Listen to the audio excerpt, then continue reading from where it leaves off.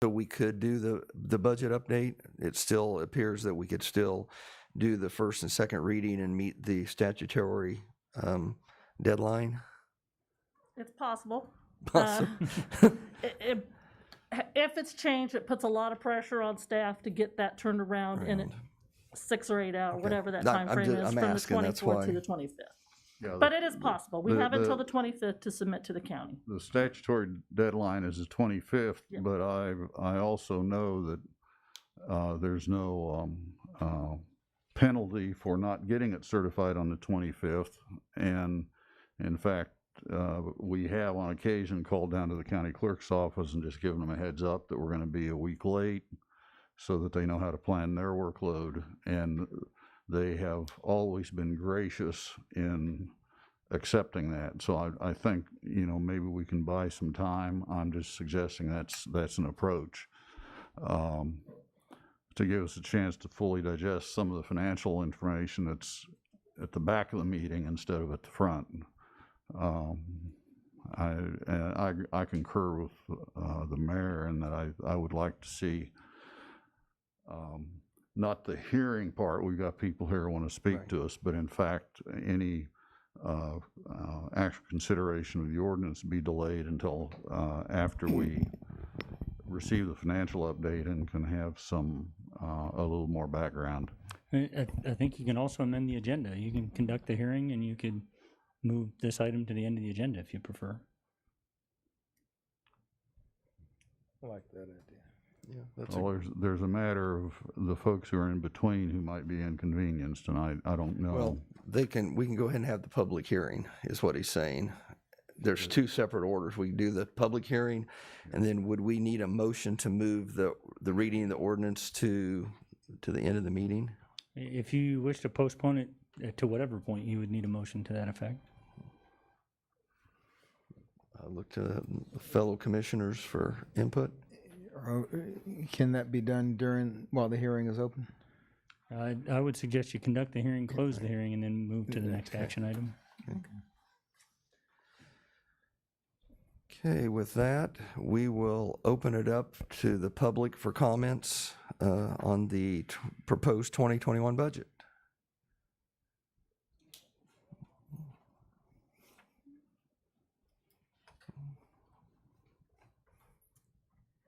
Good afternoon, Commissioners. My name is Denise Ward, and I reside at 711 East Magnolia here in Salina. I am here today to express my opposition to the mill levy increase in the proposed 2021 budget. This will be the third year in a row that our property taxes will be raised on top of the valuation increases imposed last year. The year 2020 has been a challenge for all of us, from closing our businesses, losing our jobs and income, struggling to pay our rent, mortgages, and utilities, to struggling to feed our families, and even finding toilet paper. We have all had to tighten our belt, prioritize our needs, remove our wants, and slimline our businesses to make ends meet. The governing body of Salina should be no different. It is my understanding that the mill levy increase is to allow city employees to receive COLA and merit raises. But in looking at the line items of the budget, there appears to be other ways to afford this without relying on the citizens of Salina. First off, what good does it do to give them small raises in income and then take it back in the form of property taxes and raised rents, because rents will have to be raised to offset the tax increase, and not just for individuals, but for many small businesses too. Why does the city budget include thousands of dollars in overtime? When you factor in fire and police, it becomes well over $1 million. Excuse me. As a business owner, if I am paying a large amount in overtime, then my employees are not being managed correctly. Perhaps the department managers need to look at ways to streamline or shift responsibilities to alleviate their expenses. The computer technology department is showing an increase of over $75,000. Is any of this related to the $123,000 they have requested from the CRF funding through the county, from which, by watching the meetings, I don't know if you have, are most likely going to be awarded? Sanitation and Recycle Center have more than doubled their amount for public education materials, which when combined total more than $36,000. Surely we can find a cheaper printer. Like the city, businesses and individuals alike have been hard with added expenses for cleaning supplies and PPE to keep our families, employees, and customers safe. The city will most likely be receiving the requested amount of just over $24,000 from the county CRF funding to cover their costs. We as individuals do not have that luxury. The city will also be receiving just over $900,000 to reimburse them for salaries and sick leave already incurred related to COVID-19, which will help alleviate their expenses for 2020 and should help with their target fund balance. The governing body has decided that instead of removing their wants, public art, flowers that aren't maintained, bike hike trails, just to name a few, they will continue to spend taxpayers' dollars to fund them. There's just over $47,000 earmarked for downtown building facades. Facades may make the buildings look pretty and raise the property value, which due to the downtown TIF district will not help our general fund, but it does not help the average citizen put food on their table. And then of course, there's the massive river renewal project. I understand the river project is funded by sales tax that was voted on in 2016, almost 5 years ago before we ever heard of COVID-19. But I have to ask you now, if that came up for a vote today, do you think it would be approved? Also, documentation that I've looked at on the project shows there's a possibility that the project may cost an additional $10 million. That does not look like it was originally budgeted. Have thoughts been given on how that will be paid, or will our taxes be raised again? When comparing the net expenditures from 2019 to 2021, our expenditures are down by almost $47 million. And there was already a mill levy increase last year.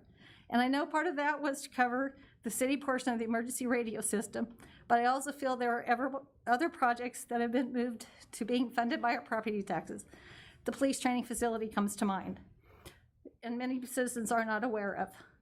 I personally don't understand why we need an increase unless it was stated at one of the earlier commission meetings that if you don't do it this year, you would be limited on what you could do next year. Shame on you.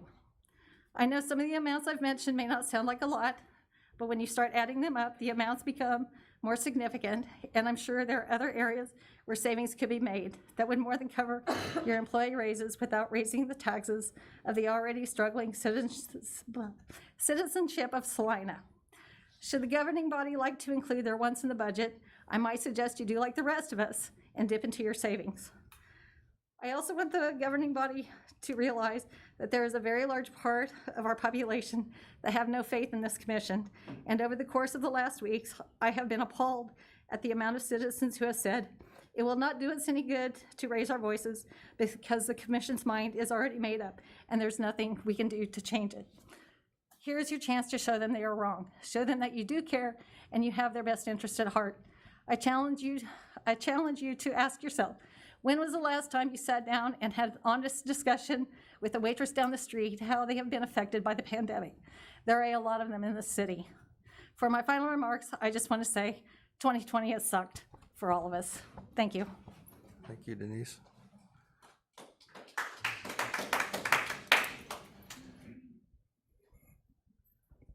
Okay.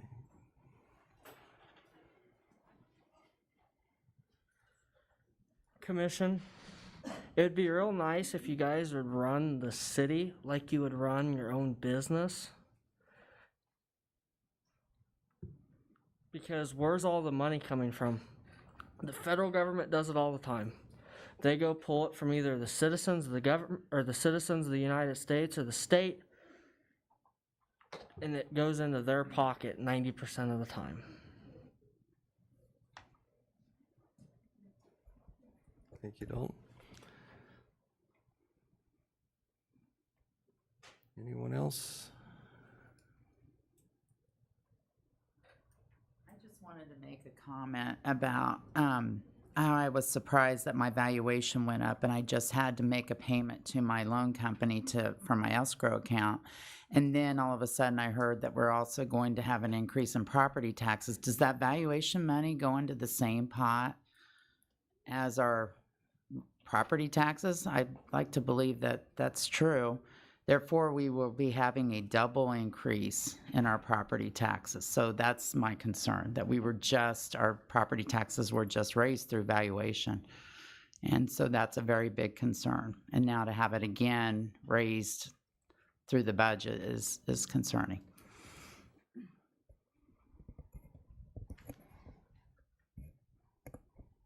Do you want to address how the valuation and I think there's a little, yeah, we'll kind of try to explain to you how that works.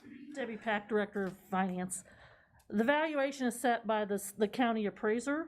It does flow into the city, however, but I will note that the valuation of existing real property increased in total by 0.18% to the city. So while yours probably obviously went up significantly, there were others that did not go up or went down. So that number, the valuation is set by the county. The valuation then is applied, the mill levy is then applied to a portion of that, the assessed value of that appraised value, and that's the portion of that mill levy, which is not all of that tax goes to the city. There's a good portion that goes to other funding sources. The city gets about 22% of the total mill levy. So only 30 mills of the 140 mills that is typically assessed comes back to the city. The rest goes to the county, the school district, the airport authority, the library, the extension council. Does that answer your question? Okay. It's part of the formula, but it's not directly.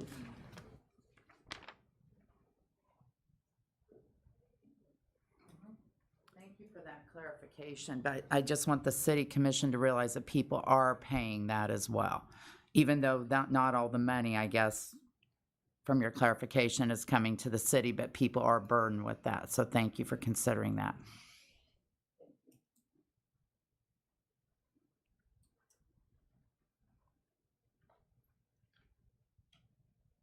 Anyone else like to address the budget?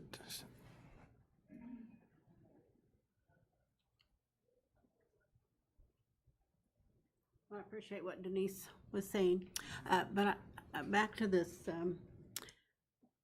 I had my house appraised, and shortly after that, I got the city's appraisal, and I had it appraised so that we could refinance, and it was about 15,000 below, maybe 14,000 below what the city had appraised at. And when I brought in my appeal and visited with them, they said that I asked how they come to that conclusion, because no one ever walks through my house or sees anything on the internal. So how did they come up with $14,000 more than what it previously was appraised at?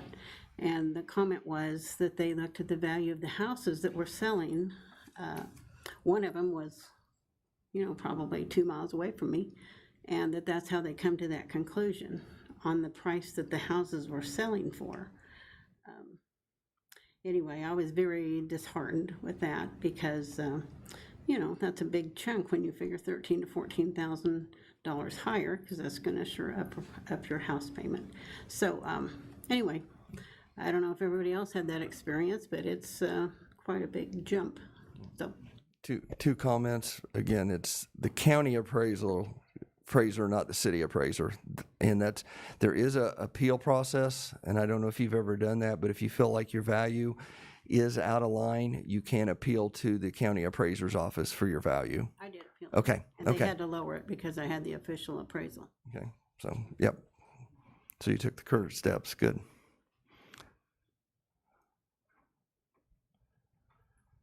My name's Thomas Carter. I live at 309 North 11th Street here in Salina, Kansas.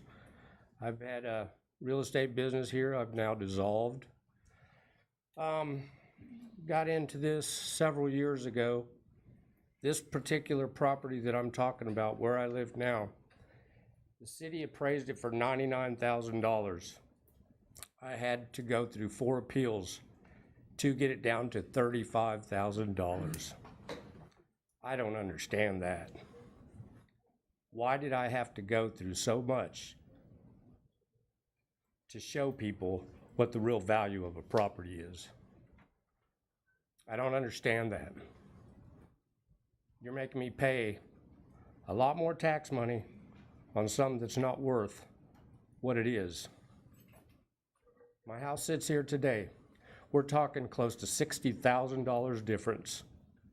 Where do you come from? You're not living the world I live in.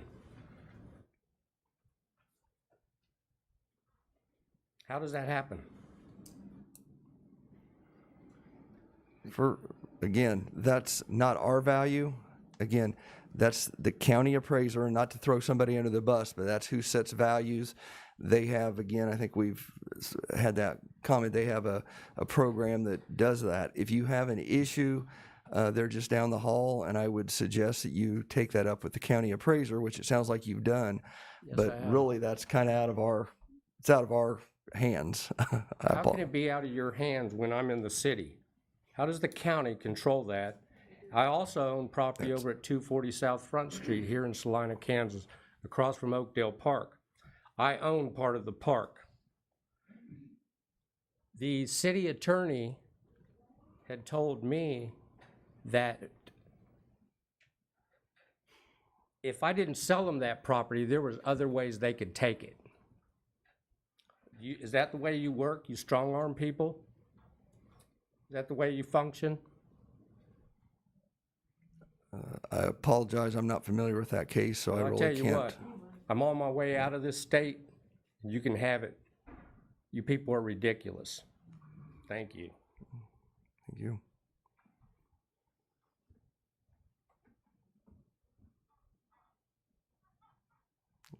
Any other public comments? Okay, with that, we will.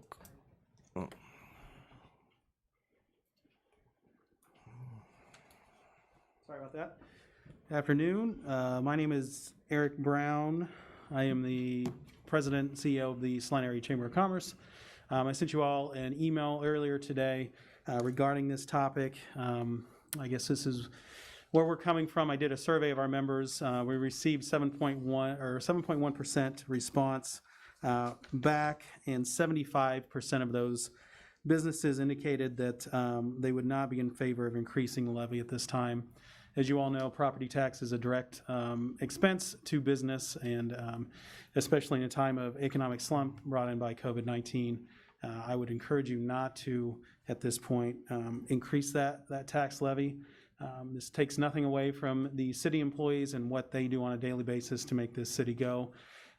The other point around that is you're also asking for a property tax increase when, as you've said with your own words, there's been a lot of services that just don't happen because of COVID-19. So we would request that at this point you do not increase the property tax to get this budget where you would like it at this point, but instead look for other line items to potentially see if you can get where you all need to be at that point. So I just wanted to share that with you at this point. Would you consider that a pretty poor response rate?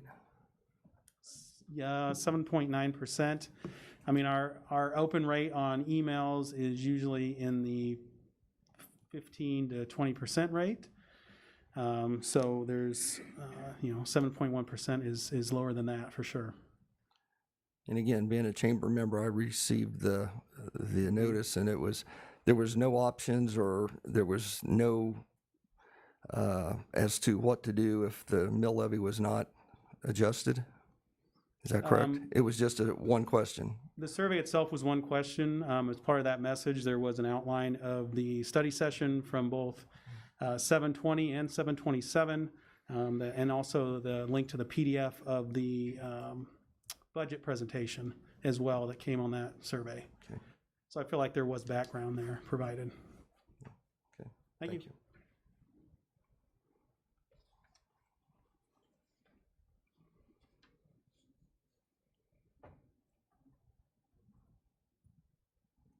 Okay, any other? Okay, with that, we will close the public hearing on the proposed 2021 budget for the city of Salina. And that will move us to 5.1A.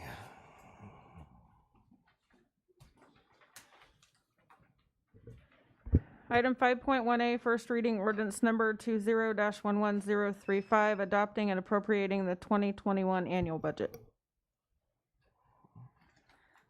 Debbie Pack, Director of Revenue. And as Mr. Scraggs said, your options for this is to pass ordinance 20-11035 on first reading, This will come back to commission on August 17th for second reading, along with some other legislative actions relating to the budget adoption. You have the option to make amendments to the 2021 budget as presented, or you have the option to postpone consideration of this ordinance, which would then need to be approved on first reading on August 17th and second reading on August 24th to meet the statutorily imposed deadline for certification to the county clerk. Or, as Mr. Gregg said, you could postpone this in the agenda, to amend the agenda and postpone it till later in this agenda.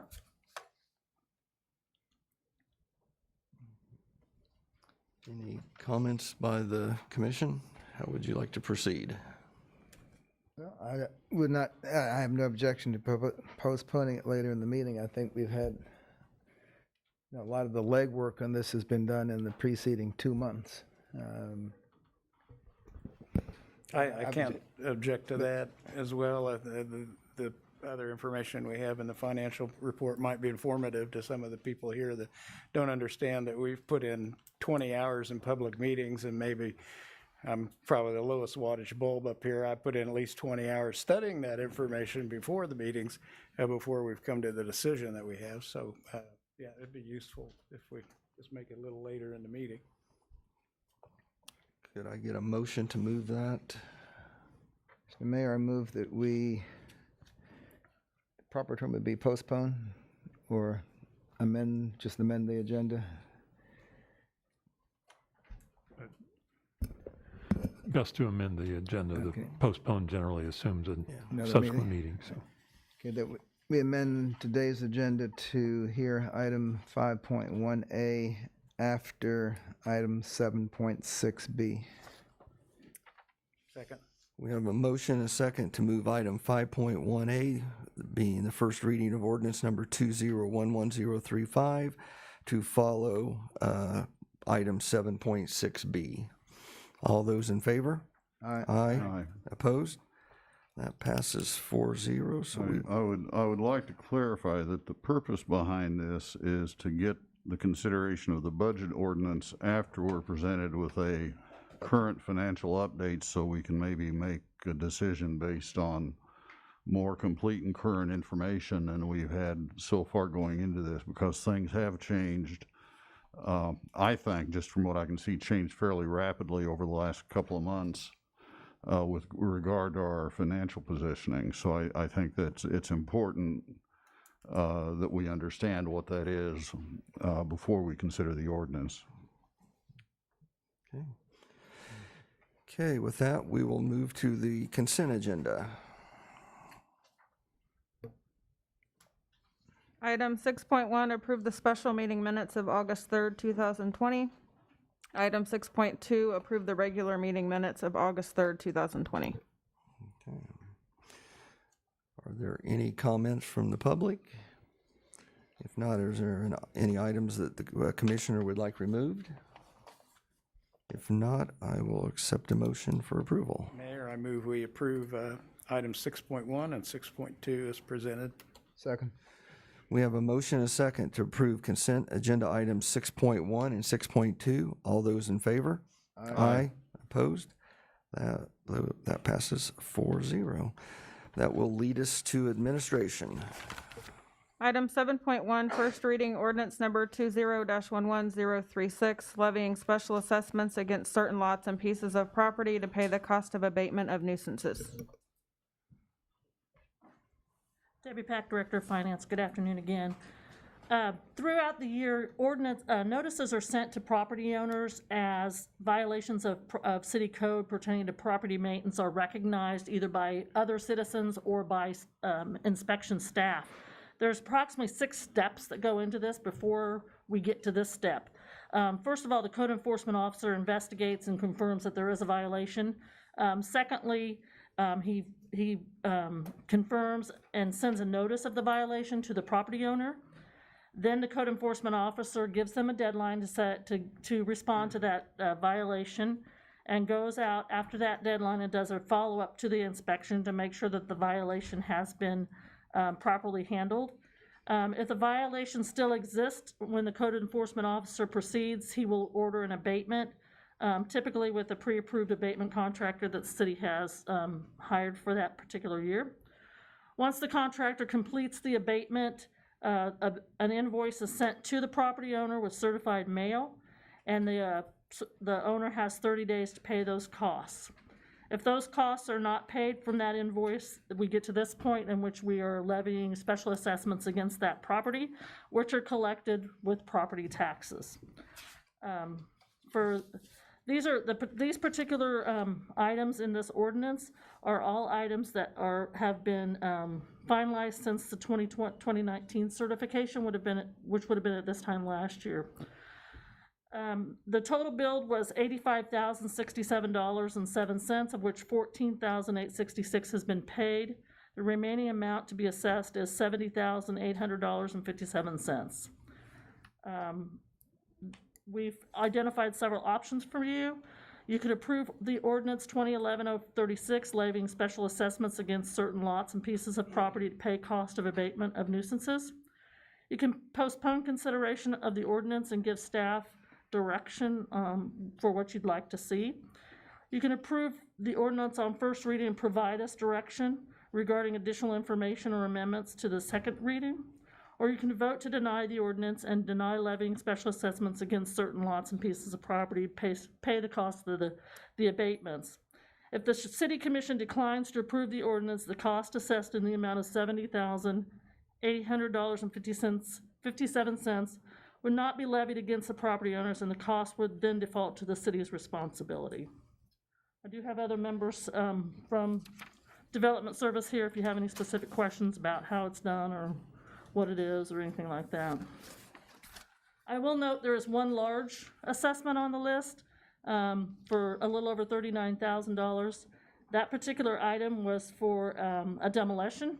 That demolition was approved by City Commission on October 28th, 2019, and it was awarded at that time. So that's where that large one was. Okay, any questions for staff? So in fact, absent the demolition, we're actually talking about what, $30,000 in total assessments for the typical mowing Yes. issues. Trash pickup, debris. How does that compare to previous years? It's down. It's decreased. I don't know the prior year's number, but it is noticeably less. I see the experts getting ready here.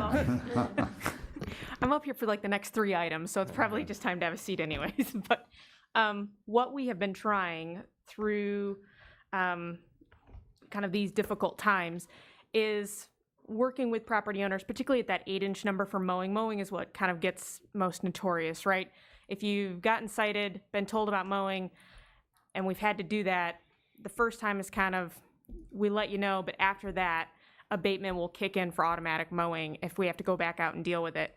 Over the last couple of months, we have been trying to focus on really the bigger issue, the bigger problem properties, and trying to work more with the 8-inch, mowing issues and trying to remind people more before we have to do that second mowing, just because of some of the issues that were addressed earlier of related to COVID and being able to get assistance and help like that. So we are down this year primarily because we're focusing on some of the larger problem properties.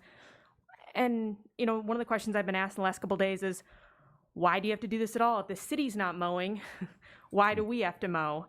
And that's one perspective, but I also have the neighbors that call and say, I'm mowing my yard, why don't they have to mow? And so in trying to stick with the regulations and trying to kind of get everybody to where we need them to be and to follow that without explicit direction from you guys to bypass those rules and regulations during COVID, we've been trying to administer those as best as possible this year. And Ms. Pack, by saying if we don't assess the properties, it's the city's responsibility, that really means at the bottom line that gets paid for with property taxes or sales taxes or some other general revenue in the general fund. Yeah, the work has been done and the expense has been incurred. So Yeah. this is really a reimbursement of what we've already paid. And that comes from the annual abatement contract that you approve. Right. And then that contractor follows up on our abatement throughout the fiscal year.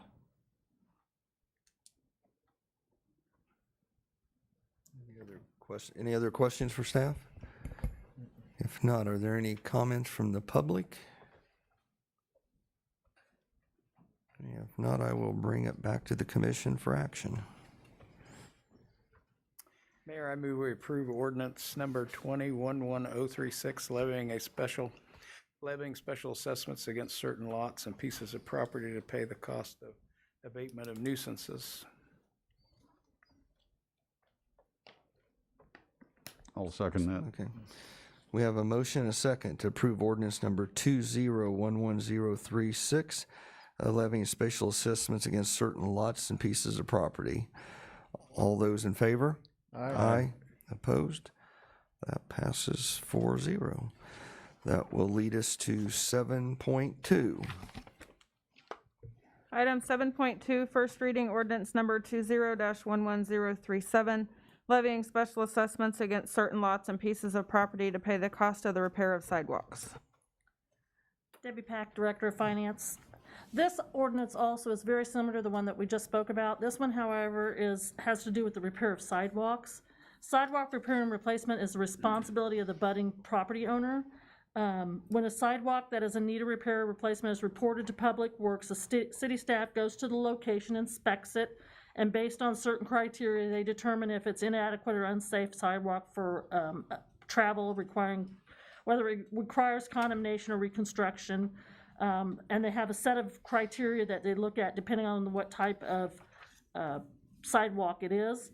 If the sidewalk is deemed to be inadequate or unsafe, the notice of repair is sent to the property owner, just like in the previous ordinance. The property owner has 30 days to respond, either by fixing it or requesting an additional 30-day extension. The property owner has a maximum of 60 days from the date of the receipt of the original notice to make repairs to the sidewalk.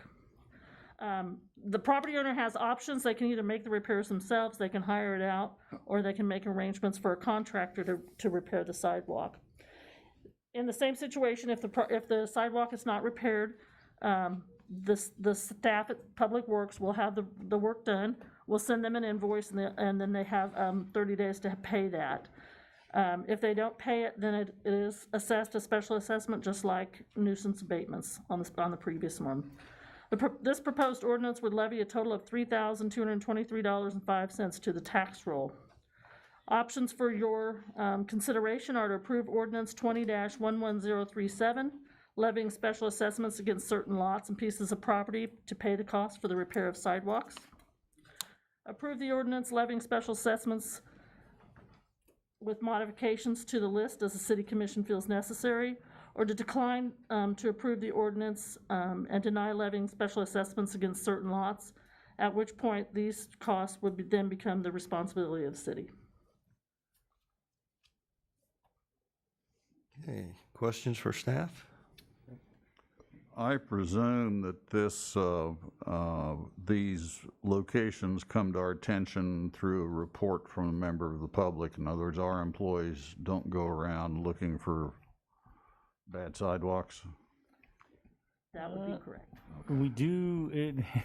one report, one complaint begets another, and it's not uncommon for staff to be, for lack of a better word, confronted about the thoroughness of our inspection. So there have been years where we have notebooks full of feedback, which prompts a considerable amount of inspection and review in the community. So what you're saying is sometimes if we get a report, we send somebody out on site, they either see something else in an adjacent property, or the owner of that property says, well, what about, my neighbor 3 houses down, his sidewalk's worse than mine. Yep. So you end up with kind of a cascading to apply some series of reports. Mm-hmm. Okay. Do we end up doing this with city staff, or do we contract it out? The abatement of sidewalks. Yeah. That is not handled through the abatement contract that Development Services uses, I believe. Mr. Kowach is here to be our expert on this one. Jim Kowach, Public Works Director. No, this is handled through a contract. It's like a on-call contract that we have every year. We put it out for bids, and they bid per much per square yard, and then each project or each property gets an estimate before the work's approved. So I guess just a quick question, would it be just as economical for an individual to allow us to do it as it would for them to contract it out themselves if they were not doing it themselves? On the assumption that we're getting competitive prices That's and what I was- competitive bids, that could very well be the case. Now, there is some administrative, if they allow it to get to the point of being assessed, there's some administrative fees on top of that. Okay. We generally try to get people to do it themselves, especially, I mean, pouring concrete's kind of a different deal, but if it's removing an old car or picking up trash, I mean, some people Yeah, I was can get to talking that, mostly but about the sidewalks and stuff. I didn't know. Yeah, Mr. Clark, if I can phrase the question differently, make sure I understood it, is do we have people who, in fact, once they are noticed that they have a bad sidewalk, they let our contractor do it, and then do they pay us, or do they? These are the ones that have not been paid. I Well, we presume. get, probably this past year, I think it's typical to get 20 or 30 of these a year, and we had 4 that actually did not pay it, and it's going through the assessment. So most of property. them have been taken They care either of. do the work otherwise. themselves, they hire a contractor and pay them, or we hire a contractor and then they pay the bill for that. So this is a small percentage of the actual number of sidewalk repairs. Good. Okay. Any other questions? Any public comment? If not, I will bring it back to the commission for action. Mr. Mayor, move we approve on first reading ordinance number 20-11037, levying special assessments against certain lots and pieces of property to pay the cost of the repair of sidewalks. I'll second that one. We have a motion and a second to approve on first reading ordinance number 20-11037. All those in favor? Aye. Opposed? That passes 4-0. That will bring us to item 7.3. Item 7.3, resolution number 20-7862, authorizing the mayor to execute an amended and restated sidewalk cafe license agreement with JKSK Corporation, authorizing an outdoor sidewalk dining area and Strand Plaza abutting the Barolo Grill Restaurant at 112 South Santa Fe Avenue. Okay. Ms. Driscoll. yes, thank you, Mr. Mayor, Commissioners. As you may remember, it was not very long ago, July 8th, 2020, the City Commission agreed to the recommendations by the Design Review Board for the conditions and passed Resolution 19-7719, authorizing the mayor to execute a sidewalk cafe license agreement with JKSK Corporation, allowing the placement of sidewalk dining area in Strand Plaza at the rear of the Barolo Grill Restaurant located at 112 South Santa Fe Avenue. That license agreement does allow for maintenance and set some maintenance components in there. You have a secondary license agreement that was done with that property as well to address a grease interceptor that is under another planter in that same area. The difference being, though, and why these weren't combined into one, is that planter is slightly out of the designated dining area, where this planter that we're discussing with you today is fully in that area. As you may remember, there are several planters within the boundary of the outdoor dining area. While doing construction, JKSK Corporation contacted the city and noticed that a tree in the northern corner closest to the door and the side of the building seems to be outgrowing its planter and was starting to crack that planter. It also drops quite a bit of fruit and other debris in that area. The forester for the city did confirm that in an email I got copied on later today, that he agrees that the particular tree is outgrown the space. And that tree itself is a sweet gum tree, and it does have and is not ideal for high traffic areas. The fruit that is dropped is, roughly about the size of a quarter, and it is also hard. It's a trip hazard. You can step on it. It doesn't exactly smush, It kind of rolls. Is it the fruit that's kind of spiky? Yes, spiny. It's and it not good to slips. step on barefooted. I can No. attest to that. Yes. No, and you step on it in a pair of shoes. I mean, it's a great way to roll a foot. So not exactly ideal for high traffic area. And the forester did confirm that it has outgrown that particular planter. JKSK Corporation came to the city and asked if they could pay to remove the tree and replace the tree with a sculpture base that would showcase a sculpture either purchased or long-term borrowed or leased from the Salina sculpture tour. Around that sculpture would be landscaping appropriate to the area, along with the identification and name of the sculpture. This would work into the rest of the landscaping that is part of the downtown or sidewalk dining area within that plaza.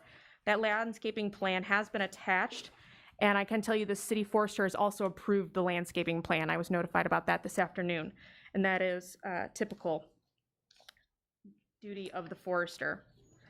I think most notable is that this is kind of new territory, right? We haven't had a lot of these sidewalk dining licenses yet. Many of them have just been approved in the last 12 to 24 months, and there are a lot of moving pieces here.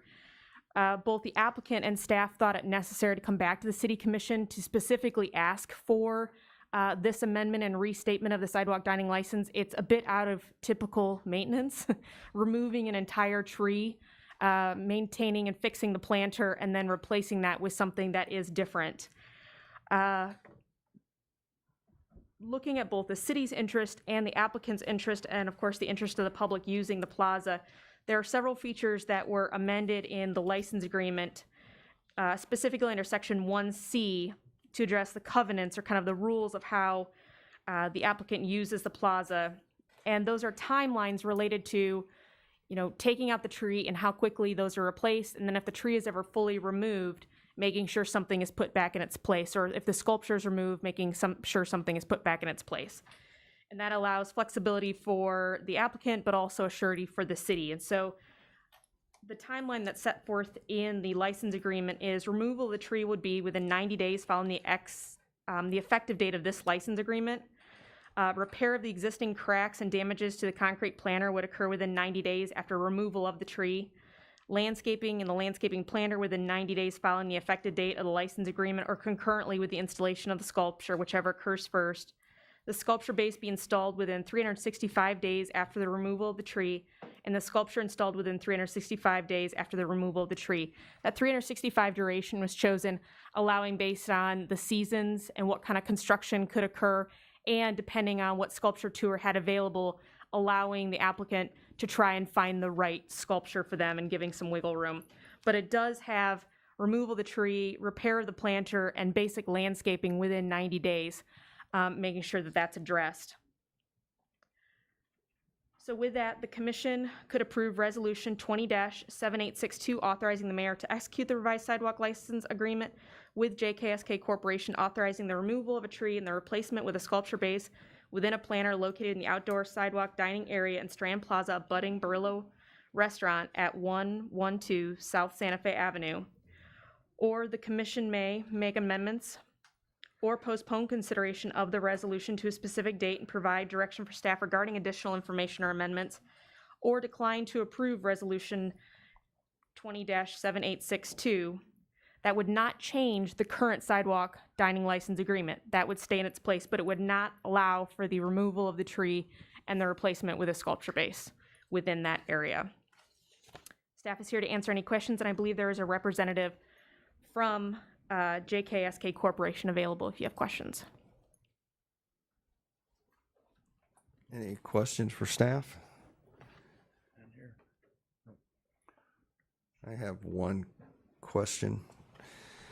Looking at the drawing, what if the required base was larger than 16 inches?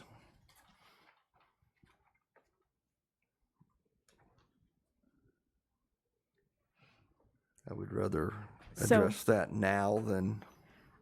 I think to kind of hone in on what you're approving, your license agreement is essentially allowing them to take out the tree and replace it with a sculpture base and landscaping. The landscaping plan itself is typically approved by the forester.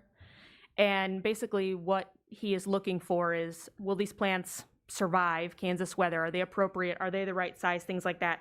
If that sculpture base were bigger than 16 inches and they came back to us with a revised landscaping plan that said, hey, we need to use a smaller plant because we need a bigger base, we would then go to the forester and say, is this new plant still, meeting the integrity of the whole design? Will it fit there? Will it survive in Kansas? That kind of thing. That's typically not brought back in front of the body. So it is allowable. I mean, they've got the planter to work within. These shrubs could be smaller. I just didn't want to have to come back and ask for approval if that base needed to be 18 or 24 inches, depending on what sculpture was placed in there. So, okay.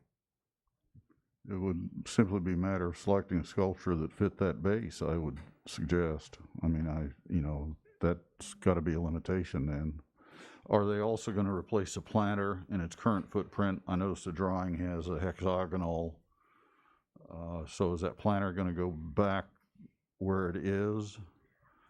I believe the representative could speak to that, but what they have informed staff is that they plan to repair the planter as is. So keep it the same size, not remove the planter, but those cracks that are there. They would repair with, yes, with some filler.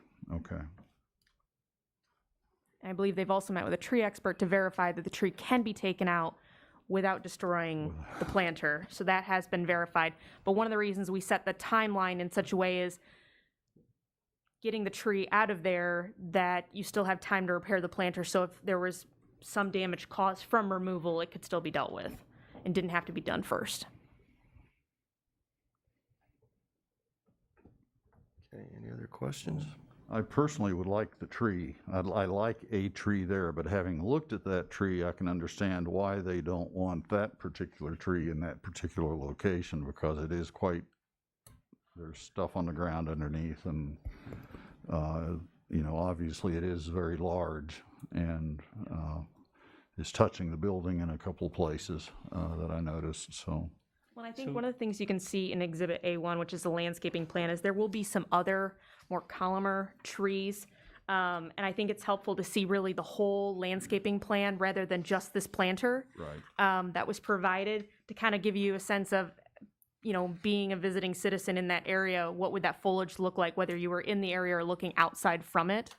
And one of the clauses in the license agreement does state, Commissioner Franz, that if for some reason they don't want that sculpture there anymore, or the building is sold, or the license agreement changes, that it reverts back to either another sculpture or going back to a tree. So if it helps at all, as I review the particular provisions of the agreement, there is language that says the licensee and its contractor shall be responsible for fully restoring the plaza and the landscape planter to the original condition.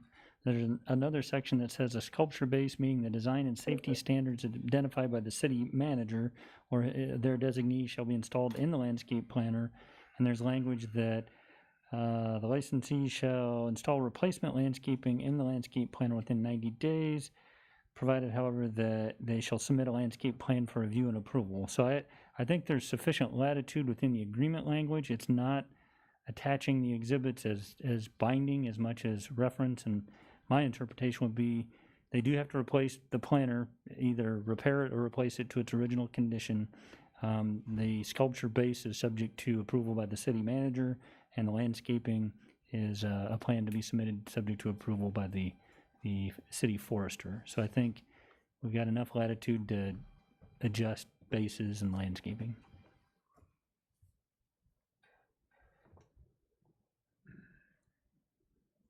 Okay, any other questions? Are there any comments from the public?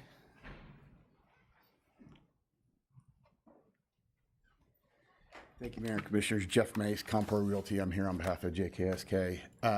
One question that I would have for you, because we did meet a tree guy out there last Thursday or Friday to make sure that we didn't come for you in the planter, and he said, oh no, we can do it. Now there were some other questions about, are we going to tear that planter up, getting that tree out, because the base is being what it is, and it's not cutting the tree down, it's grinding the stump out so we can come back with concrete to create the base for the sculpture.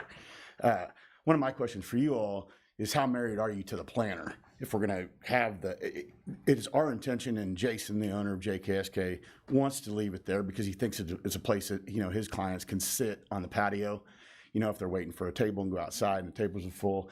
So there's that functionality of it. If we tear it up, can we just go to a base similar to what we see on Santa Fe? And, you know, where we have these sculptures there, or is the planner something that's critical for you in your decision? Kind of the two questions. Tree, can we can agree it comes out or it doesn't. We're going to replace it with sculpture. I'm just concerned being in front of you now that if we do tear that planner up, the idea may be that we come back with something smaller to house the sculpture, or is that a showstopper? Looking at the pictures of this planter, my question would be why it's not being rebuilt to begin with. I mean, I would think the plan should be to take it out when you get the stump out and just rebuild it.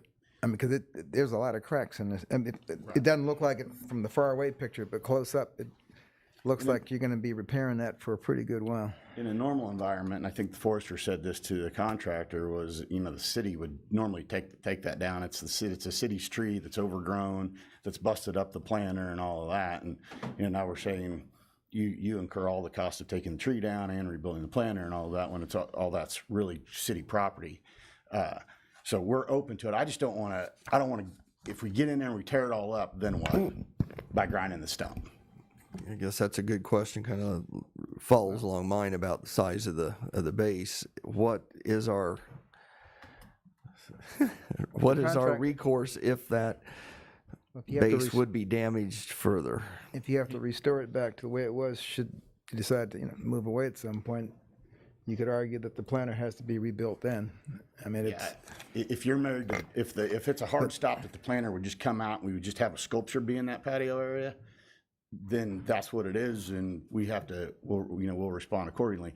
If you're not terribly married to that planter, the intention is to save it, but if it does get busted up, we would just take it out and have just a sculpture in that patio area, independent of the planter.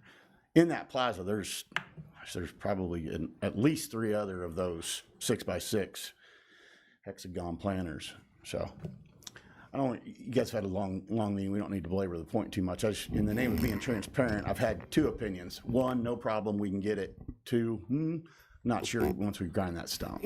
Well, I think if that's what we're gonna do, we probably need some more flexibility in the license agreement, depending on the drain, because this does not allow for that. Yeah. And Right, and that's your prerogative, but if that's the direction you want to head, I don't think this agreement's ready for action today.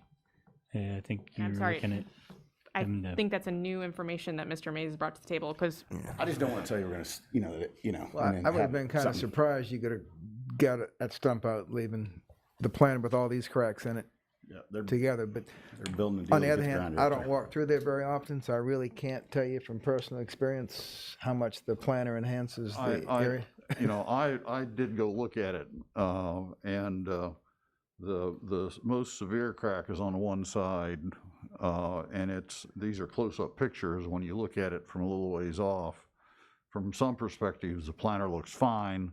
If you get around on the side of the building and look at it, and there was some construction material there when I was there, but if you move that a little bit, you can see this one crack is the most extensive, and there are a few other what I'd characterize as hairline cracks in the other parts of the planter. So this is the primary problem. It's only 1, maybe 2 cracks on that side that are an issue. Do you think the planter is elemental to the aesthetic of the area that the developer's trying to create there? And I'm inclined to, if a pedestal's there, a piece of art, that's a nice feature. We table it and let the staff figure out how to make the planter go away. I'm partial to the planter. I just think that having something green there would be nice, but to Mr. May's point, there are other planters in the vicinity that are very visible from the dining area that are,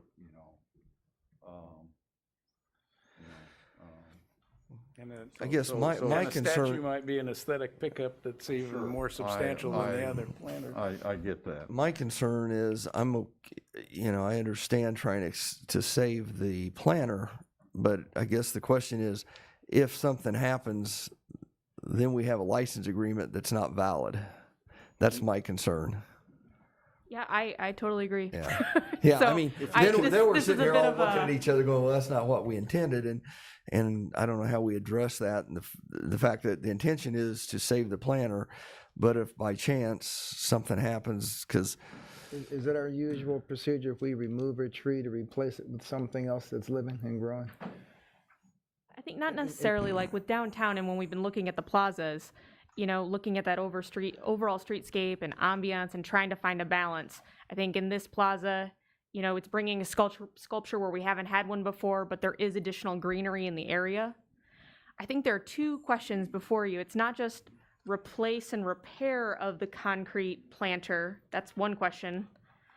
The other is complete removal. And are you okay with staying with that? Because, I mean, we can make minor adjustments to the license agreement to deal with cracks, damages, concrete planter, or replace at the owner's expense. But to remove it and keep it gone is really the one thing we don't address in here. Yeah, and just to clarify, you can decide what your preference is, but there's two sections in the language currently. The licensee shall repair the existing cracks and damage to the concrete planter at the licensee's whole cost and expense, and they shall be responsible for fully restoring the plaza and landscape planter to their original condition following removal of the tree. So if the question is what happened, you know, in the process of removing the tree, the planter completely falls apart, I think the agreement language says currently the licensee agreement needs to put that back.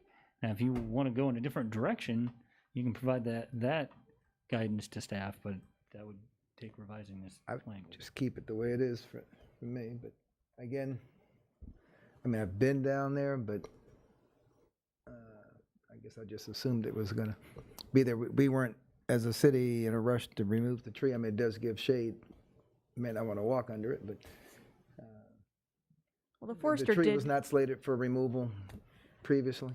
Well, I think the forester, one of the things that he noted was the plaza was kind of put on hold compared to all of the others because we knew additional work was being done in there. But he has acknowledged that it has outgrown that planter. So with that, I mean, we may have done something in the future. That's not exactly clear. So in a situation like that, would the forester routinely replace it with a different tree or type of vegetation, or recommend it just be removed? We would have probably replaced it with something. I mean, looking at the landscaping that's been put in throughout the rest of downtown, trying to find something that matches that aesthetic. Not necessarily a tree, though. I think that would have been up to discussion with Parks. Admittedly, increased traffic would call increased attention to the condition of the tree, the planter, and the droppings that we've not had to address currently because there hasn't been a lot of activity back there. Is it possible for the commission to give direction to staff, and then we just work with staff on the language, you know, and say if we're married to the planner, we're married to the planner. If you don't care, if it gets beat, it's the intention for it to remain. I just don't want to be here and then get beat up, and now, you know, so. And that's why I just asking the question. If it's something that it's a hard stop, then it is, and if not, we can get the tree out of there and do the best we can. And if you're willing to take, and I'm going to look at Greg for a minute, if you're willing to take a 5 or 10 minute break, I could get with Greg and we could look at a possible language amendment. I didn't have one prepared, not knowing. That would be so good, because I would like to address it, but I think we need to address the possibility that it does get damaged beyond repair. It's not a real attractive base because it's got some wear on it. I mean, Well, it addresses that already, though. Yeah. Correct. and I have no the idea. current way that it addresses it is it says it needs to be put back in its original condition. Right. If you're entertaining that it just goes away, it does not allow that possibility at the moment. I don't imagine you can pull up one of those Google map pictures of back there, can you? But I looked, the aerial mapping, all you see is tree cover, and there's not a street view on the backside of that alley. Okay. Thanks for trying. Okay. Can we take is 5 minutes enough? So if I could though, look at Greg, because number one, we need consensus from you as a governing body as to what direction you want to go. So if we're headed that route, my suggestion would be that you make a motion and approve it to provide staff guidance to try to pull this together had a break, if that's your To inclination. borrow a phrase from Dr. Francis, this is not a hill I'm going to die on, but I like green stuff that grows, even if it's not a tree. But I would. On votes to the get other rid of hand, it, I'm I weighing the wouldn't stand fact in the there way. are other planters in the vicinity, and it's not like this is the only bit of greenery there is.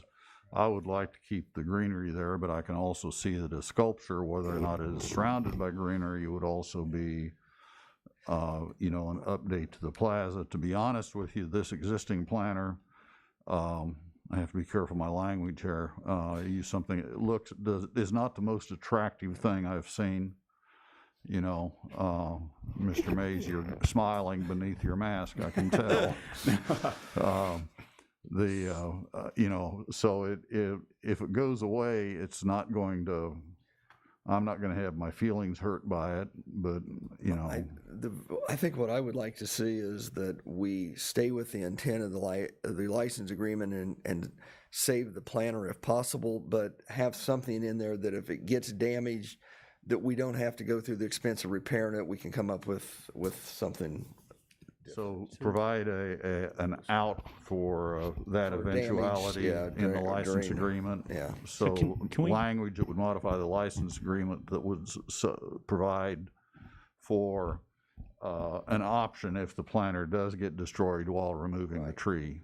Can we talk timeline a minute? That guidance is helpful. In the normal course of things, staff would take that, we'd bring you back, we'd have to produce a draft in 2 days, 2.5 days, to then distribute it to you for next Monday. What is the timeline? We're ready to cut it down and go. I mean, he's trying to get the fences on order. Just a quick update, they installed the floor last week. I mean, they're getting close to going, but I mean, I don't know that I just don't know if it warrants coming back for them. That's why I was saying if we could work with staff on the language, if you guys give direction, that way you can move on. What the direction they're going to give is, it will have to be an amendment to the agreement for them to act on. So to be able to do it at the staff level, the authority's not there. Okay, gotcha. I wasn't aware.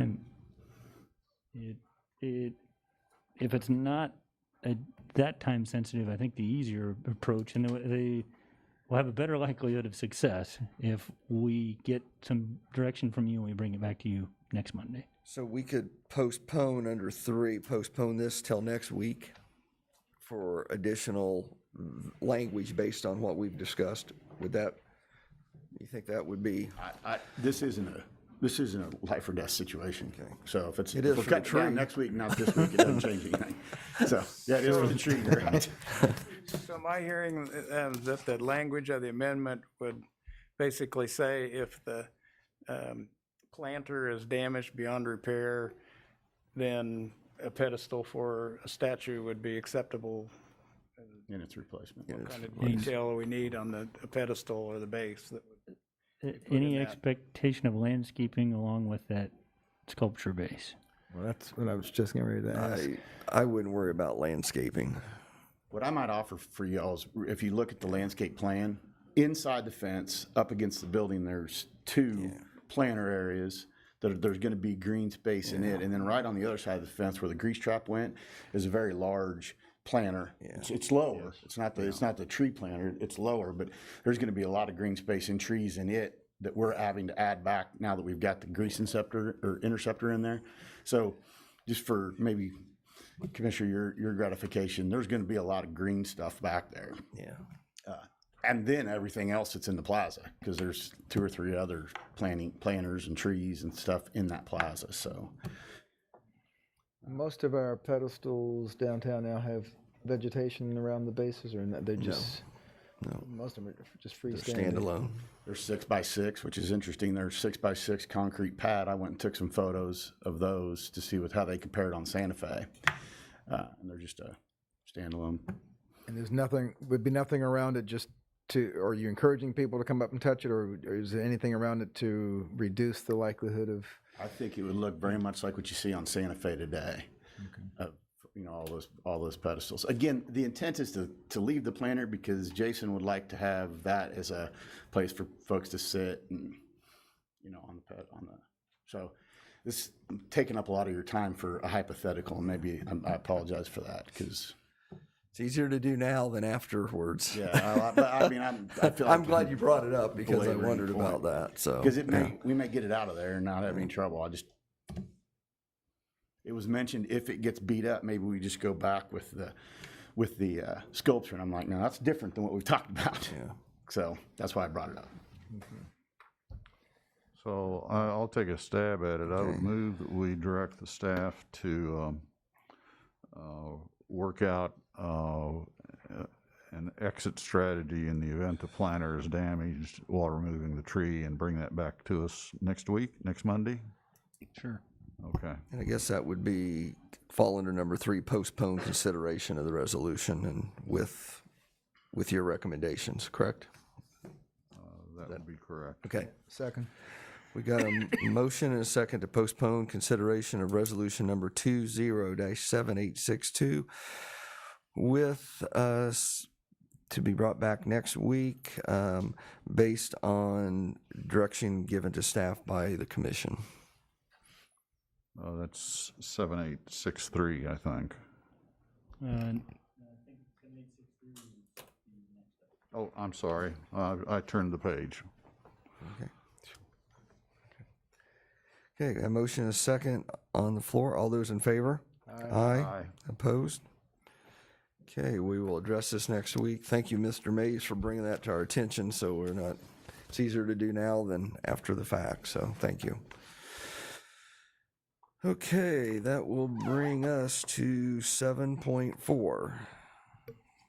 Item 7.4, resolution number 20-7863, accepting a grant and providing a grant agreement with the Kansas Department of Commerce for a 2020 Kansas Community Development Block Grant Coronavirus, and authorizing the mayor to execute the grant agreement and associated implementation and administrative documents.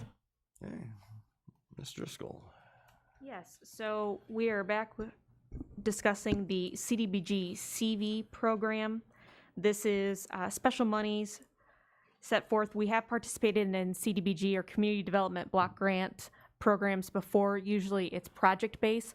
This is coronavirus related, that these additional monies are being put back into Kansas communities in 2 types of areas: economic development, which is basically microloans for small businesses, and then meal programs, which is basically reimbursement or small loans to meal programs such as Meals on Wheels, food banks, things like that.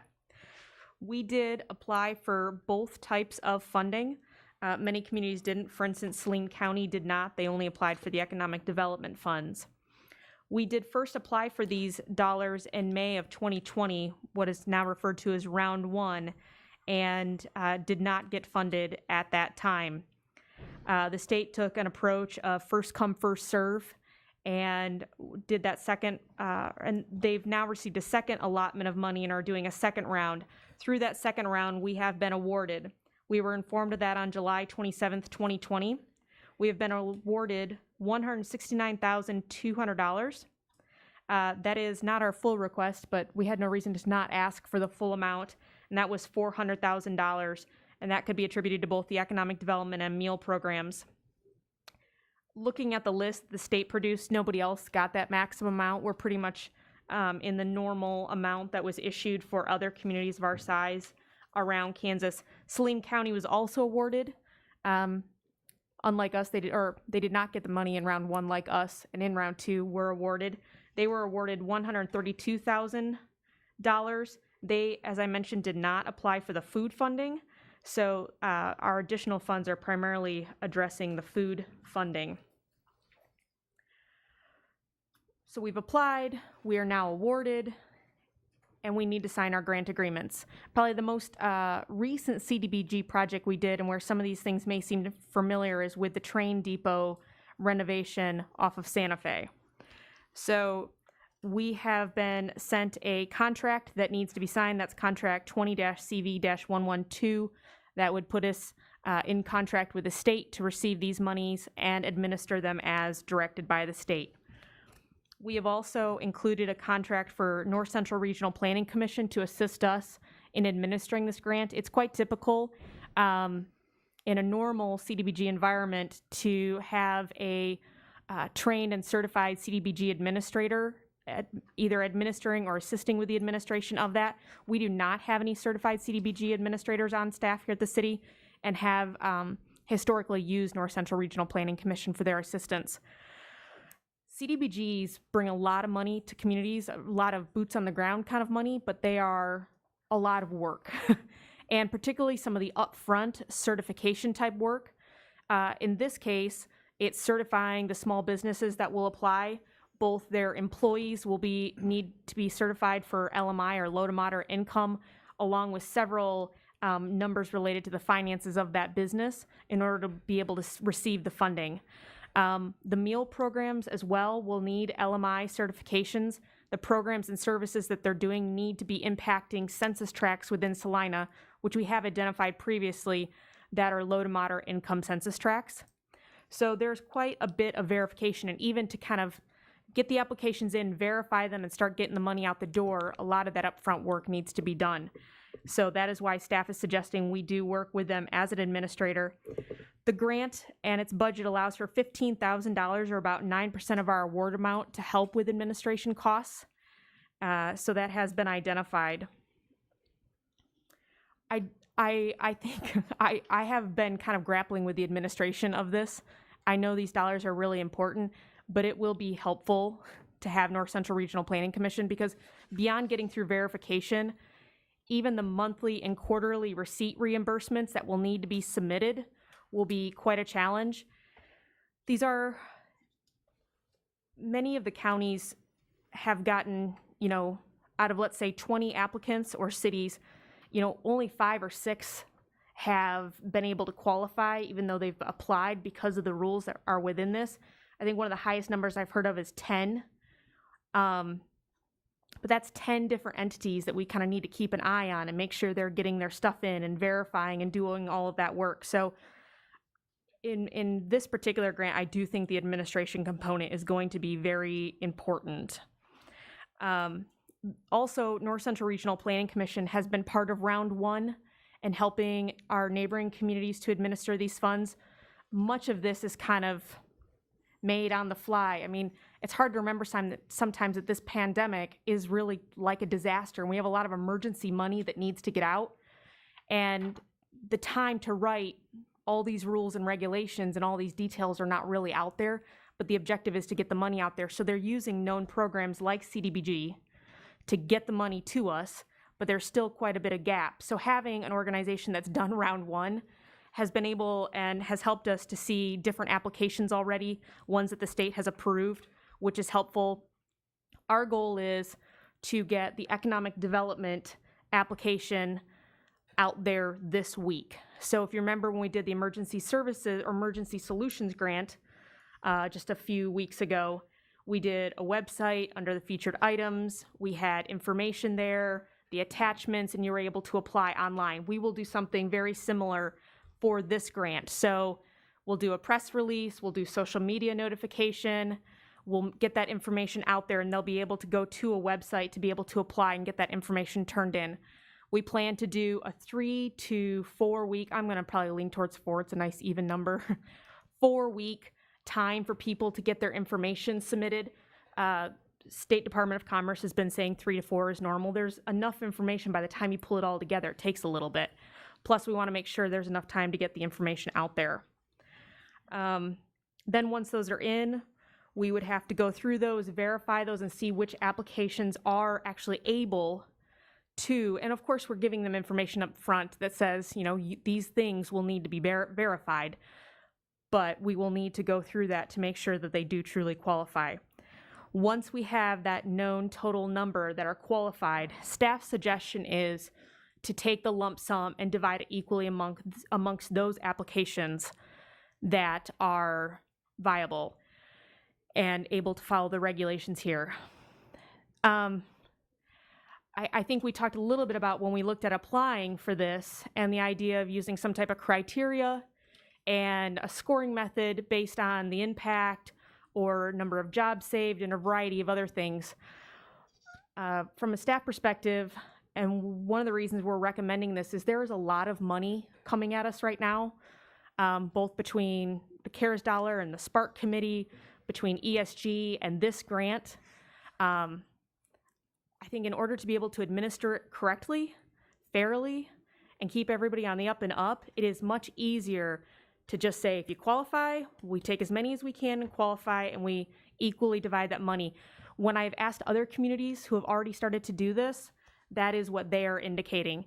And none of them have, and I can't, if we come back and I got 20 that qualify and we got to figure something out, I can't say that I'm not going to come back to you and we need to have a further conversation. But looking at it at this moment and looking at what our neighbors are doing, they're not getting so many applications that qualify that equally dividing isn't working. And it's a way that it makes it possible for them to administer the grant efficiently. I did look at, there is one community that's got a scoring criteria. It was quite complex. And that would be a whole nother discussion if you want to go down that route of how would you score? What is important? So that is definitely an option when we get to, postpone this. We want to get into more, but at this point, we're recommending equal division amongst those. And the county hasn't made their decision, but they did approve their grant contract, I believe, at their last meeting. The meals program is a little less known. Like I said, a lot of communities didn't apply for those dollars. And it is the one with kind of the least regulation, or at least kind of known components from the state at this point. We know that previous expenses can be dealt with. We know LMI is critical. So with that, staff's been working with North Central Regional Planning Commission and would like to push out and have the meal program application go live the week of 8/24. That would give us some time to get the economic development stuff out there, rolling, and come up with an application and get things set up for the meal program. I can tell you that the entities that we talk to who run meal programs for the application are aware of the award, so they know this is coming. We would, of course, advertise and go to the same length that we did for the economic development monies, but in a similar process, but trying to get the application set up and just figuring out a few more details that I'm sure are going to be asked by those applicants from the state would be ideal. Really, once those all start to come in, there's the review and the eligibility verification that goes with each one of those. And that's that economic breakdown related to overall financials of the businesses and their employees and how they qualify under LMI. We talked about allocation. I would suggest the equal division also among meal program applications that do qualify. If we get 3, then it's divided amongst the 3. There is a maximum allowed amount of money that can be awarded. So let's say somehow we only had 2 applicants. They may, if we took that whole amount and divided it in half, it will exceed the maximum amount allocated or allowed through the grant. So what we noted in here was that they would be able to just get the maximum amount that they requested. Managing quarterly reporting for all awardees. That is something that staff's kind of working on in the background with. We've done some similar procedures in the past with North Central Regional Planning Commission, but I'm really hoping, really hoping to maybe do something with seamless docs and have a spot that people can input their receipts, input their certifications, so it comes to staff and we can do more of a workflow on the back end of that, because there's quite a bit of back and forth by the time we heard all that paperwork, get it to finance, get it to the state, to get verification, to get a check cut. There's a lot of moving pieces there. So as much as we can streamline that, I am hopeful for. And then grant closeout is typical with the CDBG. We'll have to do notification and additional information like we have with the train depot and other CDBGs we've had in the past. Under the fiscal note, there is no identified city expense outside of your known staff's time. There's money set aside in the grant for additional administration help, and there is no match required. That's also quite different. In past CDBGs, outside of the coronavirus, there is a match requirement. So with that, you have and are able to, option 1, approve resolution 20-7863, approving a grant agreement with Kansas Department of Commerce for a 2020 Kansas Community Development Block Grant Coronavirus, and authorizing the mayor to execute the grant agreement and associated implementation and administration documents. 2, approve the resolution with amendments as the city commission deems appropriate, or postpone consideration of the resolution to a specified date and time and provide guidance, or decline to approve resolution resulting in the city of Salina not approving a grant agreement with Kansas Department of Commerce for the 2020 Kansas Community Development Block Grant Coronavirus, and authorizing the mayor to execute those associated documents. And I have one question, maybe I missed it. What, of the 169.2, what dollars go to economic development and what dollars go to the meal program? Did I? Yes, there should It's be. back in the material Well, somewhere, but. There is a looked, but budget. I think I missed it somewhere. The meal's 'cause- I found it by 119,000. accident. It is, so, right, under attachments number 4, grant budget, you'll see economic development has been allocated $119,200. Meal programs is $35,000. And we have no flexibility in that. If we had additional entities that needed the food dollars, there's no moving back and forth. No. Okay.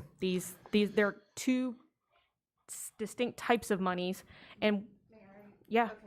I'm Carol with the North Central Regional Planning Commission. You do have the flexibility of you can ask for a budget amendment. If we can't spend all the business dollars, we could ask for a budget amendment to put more money in the meal program if it's necessary. Okay. This is just, they did a formula based on how they distributed those across the state.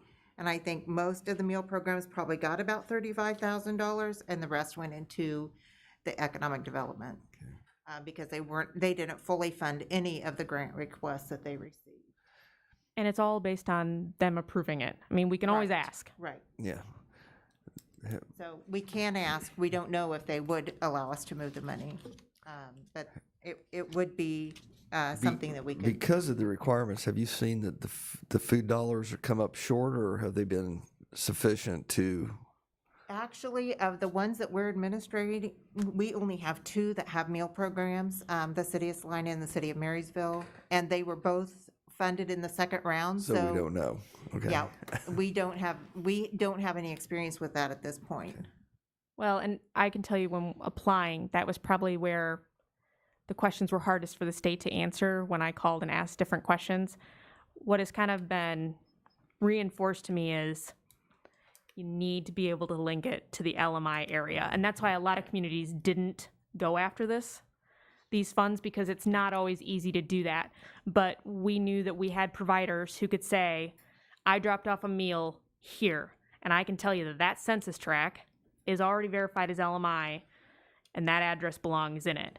And that makes it possible for this to be applicable.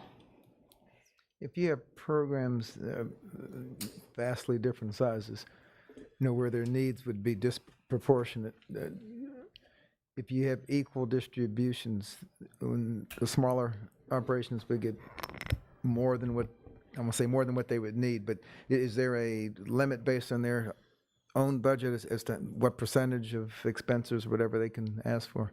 Well, they are going to have to provide expenses, and then they have to show proof that they've made payment on that. So if it's small enough that they wouldn't be able to use their portion, then we would need to make adjustment at that point. And Let's say if you divided the meals in thirds, that would be, what,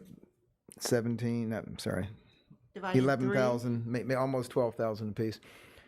If one group only needed 5,000, and you only had 3 applicants, but another group is a much bigger program, could you then shift that 5,000 even? what I Though can you've tell said you're you, going to do it equally, can you later shift the money? what I can tell you is we're going to need to know up front before you award to any of those entities, because once they receive any money, they can't receive any more.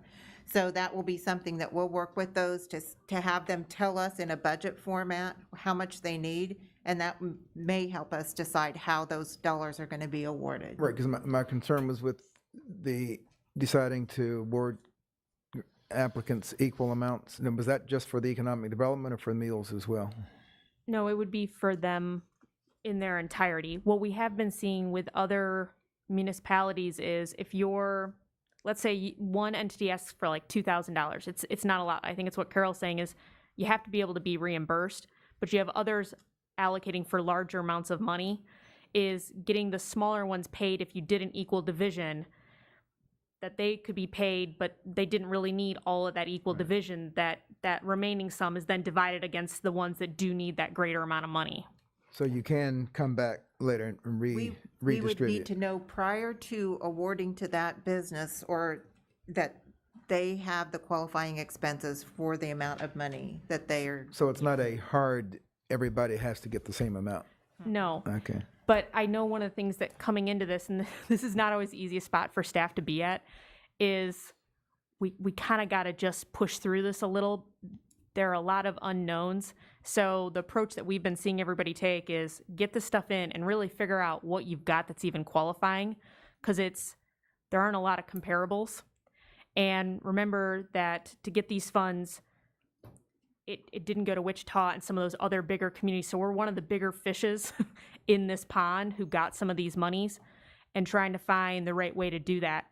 And I mean, I'm comfortable if city manager is comfortable of even getting the applications, getting them verified, knowing what we have, and coming back with an award process. And I think we can say in our public outreach, look, these are the maximum amount possible. This is what you need to qualify.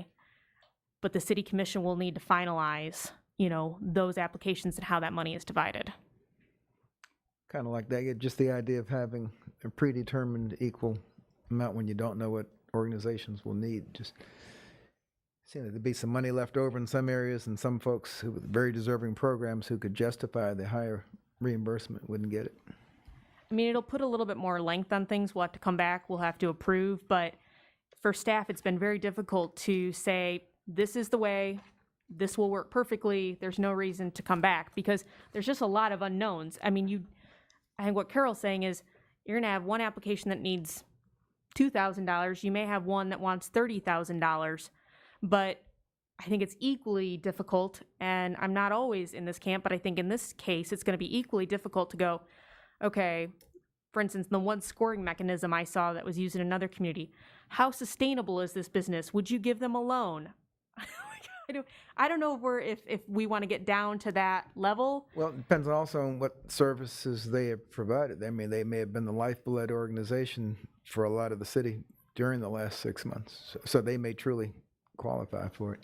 Well, but I think that qualifying for it and then going through that process, though, of deciding who would be on a panel to score and grade those applications based on some type of matrix, we've done that with other grants, and if that's where we need to go, we are adding weeks to you guys choosing who would be on that, because I don't think, based on what we just did with Spark Money, that's necessarily all city employees, that we'd have to decide who's on that panel, what does that scoring criteria look like, getting those scores and approving them that way. Right, but if you have money that's left over and you can come back and redistribute, then that solves that problem. So staff's recommendation at this point would be, let's get this grant application out. Let's get these applications in. Let's get them verified. Let's see that what we have that is eligible.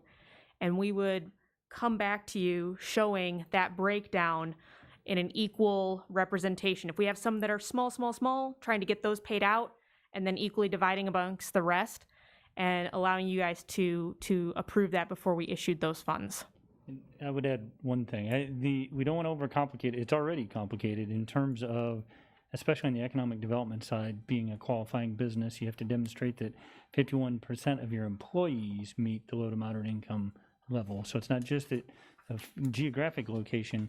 Now we're into employee demographics. So we don't want to overcomplicate it, but rather than equal, what I would say is equitable. I mean, we may look at a 5-employee employer differently than a 50-employee employer. We may look at a food program and the number of people it serves. But I think the overall point is we want to take all applications, verify their eligibility, and then see if staff can come up with an equitable distribution and bring it back to you for your consideration. That's the magic word. Thank you. least for me it is, yeah. Thank you for your input. Thanks, Carol. Any other questions? Any comments from the public? If not, I will bring it back to the commission for action. And approving the resolution would include the equitable, that doesn't have to be added. This This is action just, is really just entering into the agreement on the grant and North Central Regional Planning's administration.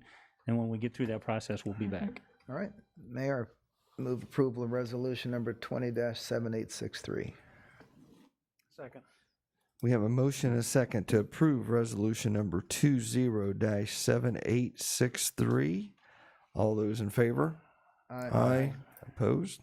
That passes 4-0. Thank you. Thank you.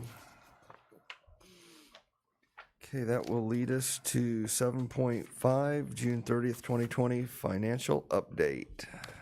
Mayor, I think we've been in continuous meetings from about 2:15. It would want be a break? possible to take a 5-minute recess. Let's make it, yeah, we'll be back, let's make it like 7 or 8. We'll be back here at 6:15. Sounds good. Thank you, sir.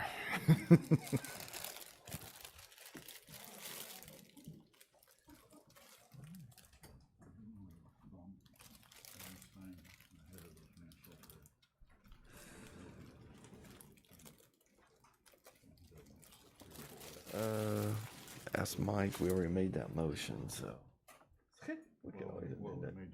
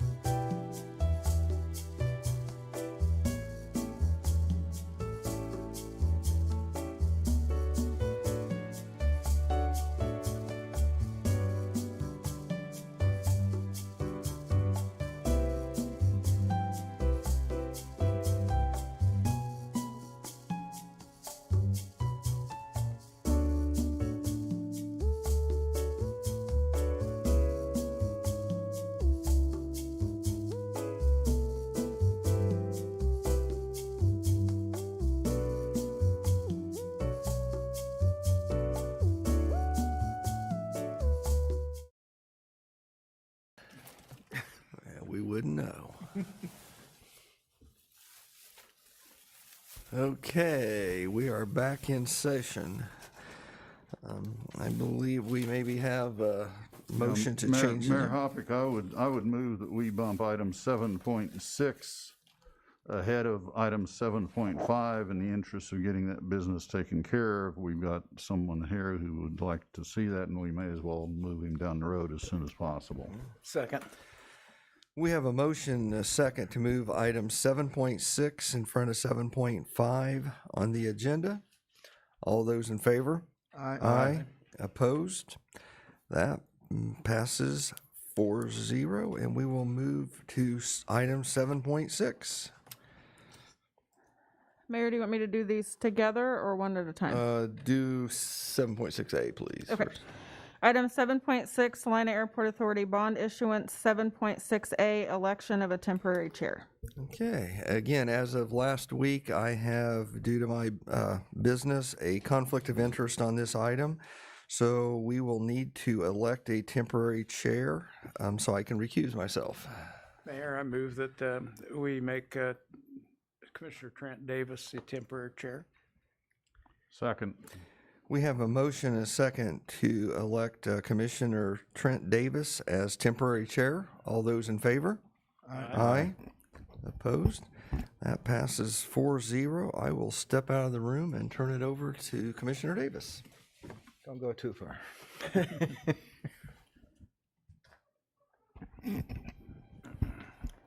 All right. Thank you. We can have the reading, 7.6B. Item 7.6B, second reading ordinance number 20-11038, unconditionally approving the issuance of general obligation bonds by the Salina Airport Authority for the purpose of financing the cost of certain capital improvements located at the Salina Regional Airport and Airport Industrial Center. And this ordinance was approved on first reading last week, and the change is that the amounts of total issuances to not exceed $2.2 million of just a slight typo difference between that the was two. caught in the conversation last week, but the revised document that you have, it reflects the 2.2. Right. And I guess the other change is last week I think we were referring to it as Project Rise, and now we know that it relates to the Schwann's project that you attended the announcement for this afternoon. That's true. That does look different. And there were any questions of the commissioners of staff? And no new developments from staff otherwise? Nope, none that I'm aware of. Tim Rogers is here from the Airport Authority if you had any questions for him or wanted additional details. Mr. Rogers. Commissioner Davis and members of the commission, probably it is good to report exactly this land acquisition is for land critical parcels of property that's needed for the expansion of the Tony's Pizza Factory here in Salina, Kansas, as announced this afternoon. Part of the activity that has been occurring is that Governor Kelly informed me on her arrival at the Tony's Pizza Event Center that the state's the state's Finance Council gave final approval of the sale of the K-State Polytechnic Gymnasium, a critical piece of property in that area, to this Airport Authority, and we will package that and then transfer that piece to the Schwann's company. Also, we will be receiving the negotiated contract with Pratt Industries for the properties. The gymnasium is about 5 acres, and the Pratt Industries property is about 17 acres. And that property will be, I'll have a contract for that probably the next 48 hours, so we can proceed ahead with contracts on both parcels and then bundle that with approximately 9 acres of Airport Authority property that's being donated at no cost to the Schwann's company. So they have the campus and everything they need to proceed ahead with this this construction project. And that's the rest of the details that are available to share with you and the viewers today. Good news, good news, good Very news. good news. Any other questions? Thank you for the update. Thank you. Any comments from the public? Oh, 2 of you. All right, okay. In that case, we'll bring this back to the commission for action. Commissioner Davis, I move we approve ordinance number 211038 on second reading. Second. It's been moved and seconded to approve ordinance number 20-11038 on second reading. Vote by roll call, please. Commissioner Franz, Yes. Aye. Commissioner Ryan, Aye. Temporary Chair Davis. Aye. Motion carries 3-0. And we will proceed on to item 7.5. If you can ask the mayor to come back in. Thank you, Mr. Rogers.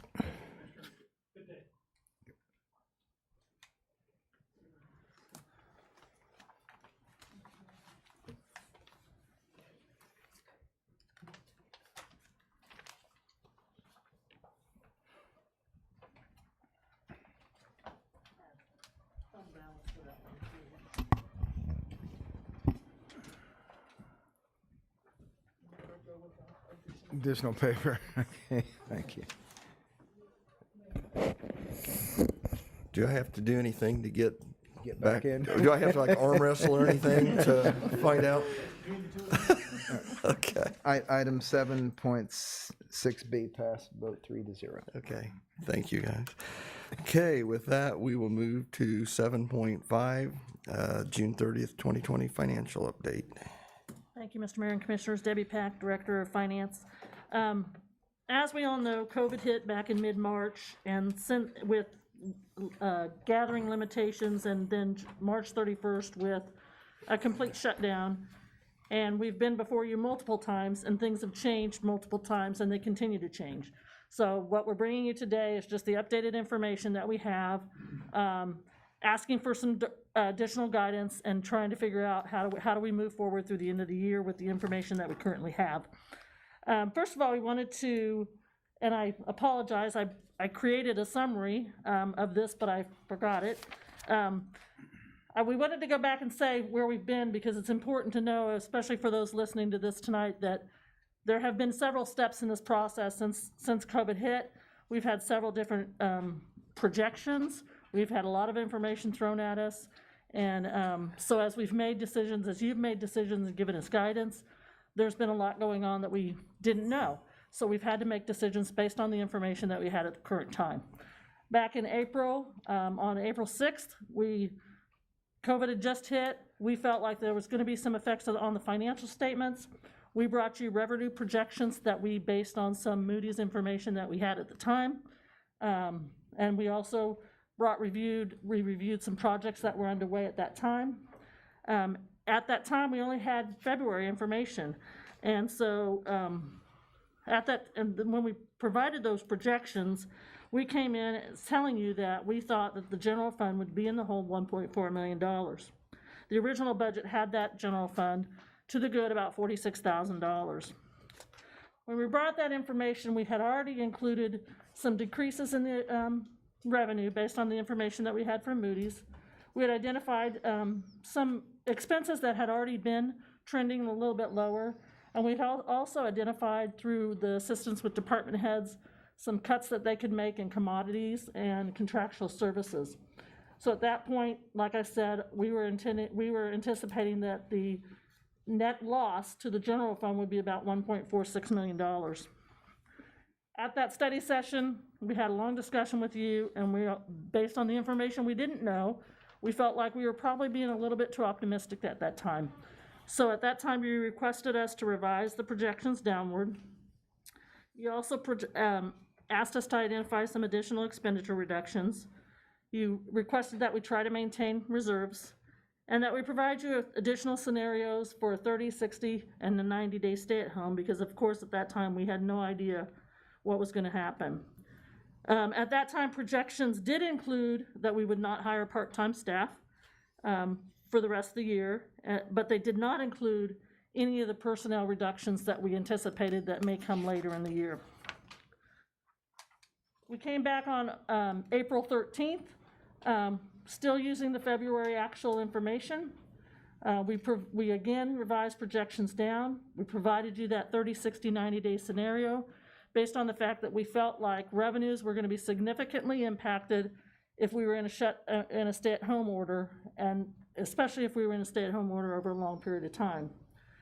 We provided additional expenditure reductions in commodities, contractual service, and capital outlay after we again asked departments to review those items. Projections at that point still did not include personnel because that was the last step we wanted to take. And we also provided at that meeting some options of what we could do with personnel. At that time, we brought you 3 scenarios. The net loss in each of those 3 scenarios was anywhere between a loss of 2.2 million to almost $3 million. That was the information that we had on April 13th. At that time, we had already included savings of part-time staff of $850,000, some savings on salaries based on the actual information that we had received. We assumed that we would not have part-time mowers, Kenwood Cove would not have part-time staff, the field house would be closed, the museum staff would be limited to full-time staff, and rec program would be discontinued for the remainder of 2020. We did recognize that we were trending with some savings in health and work comp at that time. Capital outlay, we had, departments had identified about $176,000 in savings. At that meeting, we provided those 3 projections from 2.2 to $3 million. We also provided you for a sales tax projection, which showed that they were probably going to come into the positive, and we anticipated that we could possibly use those savings in sales tax to offset the loss in the general fund. At that study session, your feedback to us was put together a personnel plan to help fill the gap. So we did. We came back on April 20th, study session, and at that study session, after discussion with you and explanation of furloughs, work shares, multitude of other items that we were looking at, we put together a plan that would put some people on furlough, would put a significant amount of people on a 20% work share, and another percent of people on a 40% work share, and provided you with the original estimate of savings.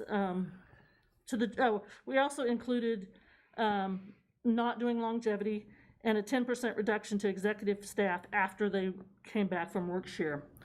That original projection of savings was about $1.9 million to the general fund. You gave us the feedback to implement that work plan. We adopted Resolution 207830, which gave the city manager a recommended emergency staffing plan for the remainder of 2020. I will note that work share plan did go in effect for most employees on May 4th. Some were delayed a week or so, and that work share plan has morphed into multiple things. As you know, throughout the last couple of months, we've put sanitation on, we've taken sanitation off, we've moved people in parks, we've done a lot of things with that work share program. So that savings continues to change as we make changes to that plan. Basically, then what we kind of decided we need to sit and wait now and see what's going on. So in what we've provided you since then, we've provided March 2020 actuals with projections. Those all did include the projection for the reduction in the personnel for work share. We've provided the April 20th actuals with projections. We saw that sales tax receipts for May were higher than projected. The May 20th actuals with projections, we changed our scenarios from 30, 60-day, 90-day stay-at-homes to waves of COVID because we knew at that time that it wasn't going to be a continuing effect, but it could still be waves at that point. We had property projections that increased due to the receipts from May. Our sales tax for June were much higher than we projected. Our sales tax revenue we increased due to the June receipts received. We also changed the EMS projection downward because we saw a decline in those receipts. Now with the June 2020 actuals, we've provided a new scenario, and we'll look at each of these. In this new scenario, we've taken what we've collected in sales tax to date, and rather than try to project those based on shortfalls in specific industry avenues, we've taken what we actually collected in 2019 for the remainder of the year and applied that to the sales tax projection. We've also closed the Lambert's TIF since that time. So we estimated an amount that we'll be getting from that Lambert's TIF. We've received our sales tax receipts for July, which were higher than we originally projected with the May sales. And the sales tax projection was increased due to that July receipts received. In our June projections that we've provided you in this packet, we have added back longevity to the personnel projection. So basically on 5/11, we had the March 2020 actuals. We still had the stay-at-home orders. At that time, with the personnel savings, we were anticipating that the general fund deficit was going to be anywhere from $229,000 to a little over $1 million. And then on slide 15, we showed exactly what was included in there: the savings on the work share, the savings on capital, all of the commodities and contractual services that we had previously projected. From that feedback from the March actuals, you basically gave us the instruction: stay the course until July sales tax. Let's see what those numbers are, and when there's available, we'll come back, and that's where we are basically today. We have provided you since then the April actual numbers.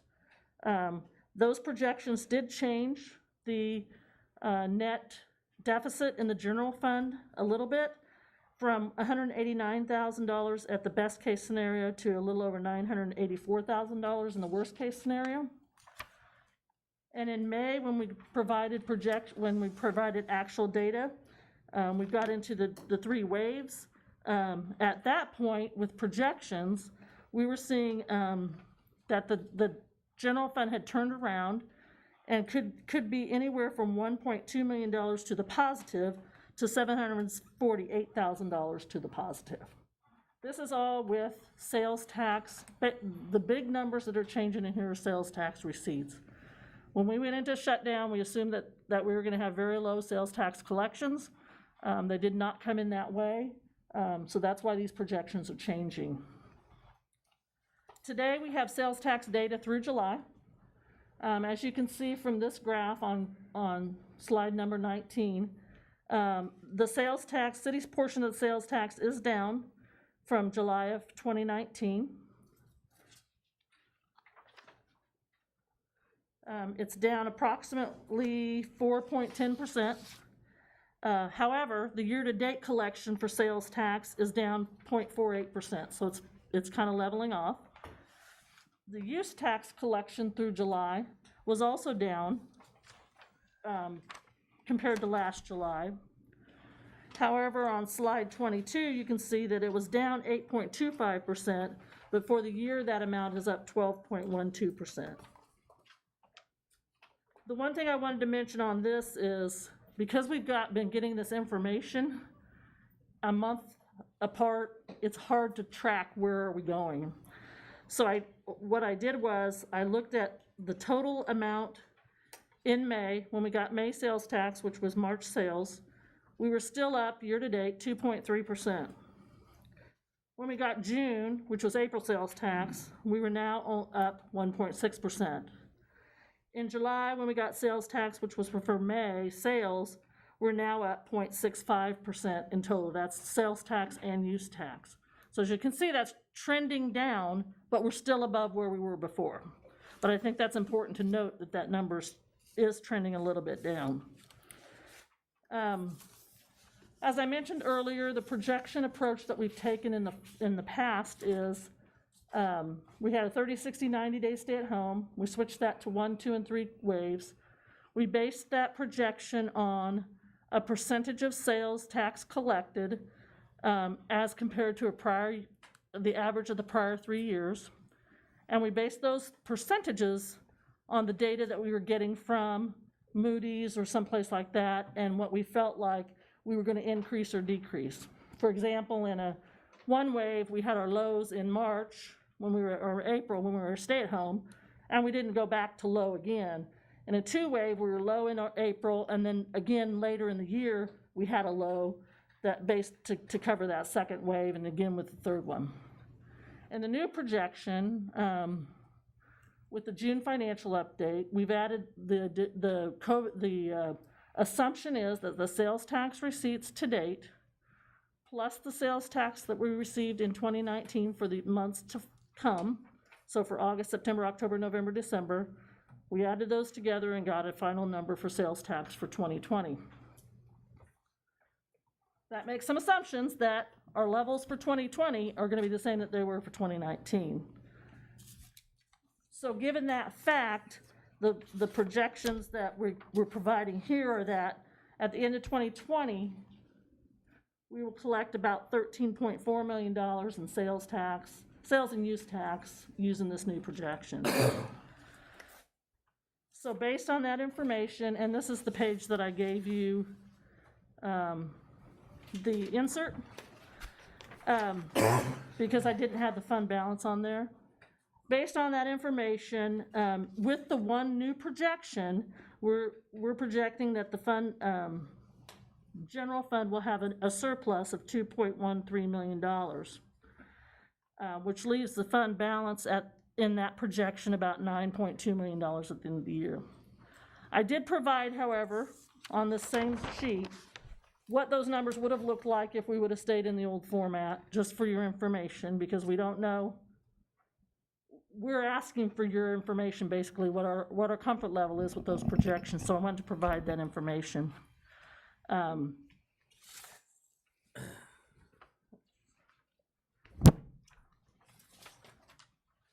So based on the new projection, this next slide gives us a monthly cumulative, as we've shown before, when we're going to go either negative or stay positive, and it shows at the end of the year. Once again, our collections will go down, so we'll have some negative months, but overall we'll have a positive general fund surplus at the end of the year of a little over $2 million. So then we wanted to show, just to be consistent with where we are today, based on what we projected that number to be back on April 13th. And as you recall, on April 13th, we had not implemented, this is revenues, but you'll see on the expenditure side, we had not implemented some of the measures that we put in place. So as of June, we actually collected $28.5 million in revenues, and our 30-day stay-at-home projection was $27.6 million. Our 60-day was $27.6, a little under, and our 90-day was $27.5 million. So as you can see, we've collected a little over $1 million more than what our lowest projection was at that time.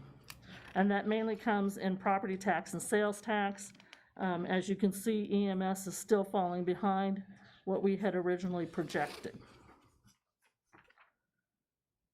On the expense side, we had projected at June, our June actuals are about $10.9 million. In a 30-day stay-at-home, we had projected $8.1 million. Our 60-day was $8.078 million, and our 90-day was $8.028. I think you're reading the net income line. Oh, sorry. 17 million, you're right. Okay. I thought, this doesn't make sense. Yeah. 17 million in expenses to actual. Our projections were 19.5 million across the board, because those weren't changing based on how long we were provided. So as you can see, our expenditures are lower than we were projecting at that time also. Now, at 4/13, had we implemented the staff reductions yet? No. Okay, We had implemented the part-time, but not the furlough full-time, and work not share. the cost sharing not implemented. That's Okay. correct. That's correct. So in summary, based on the June numbers, our year-to-date actuals for property tax are up about $489,000. Our sales tax year-to-date are ahead of our projections about $1 million. Our EMS is below projections by about $188,000. And on the expense side, our personnel services are below year-to-date projections by about $236,000. They're below on commodities about $193,000. below projections on contractual by about 400,000 and below projections of about 221,000 on capital outlay. There's still a lot of unknown. We've seen this slide before, it hasn't changed. A couple of things have changed. President Trump just signed an executive order possibly extending the $600 to $400. I don't know if that's going to happen or not, but that's what we know at this point.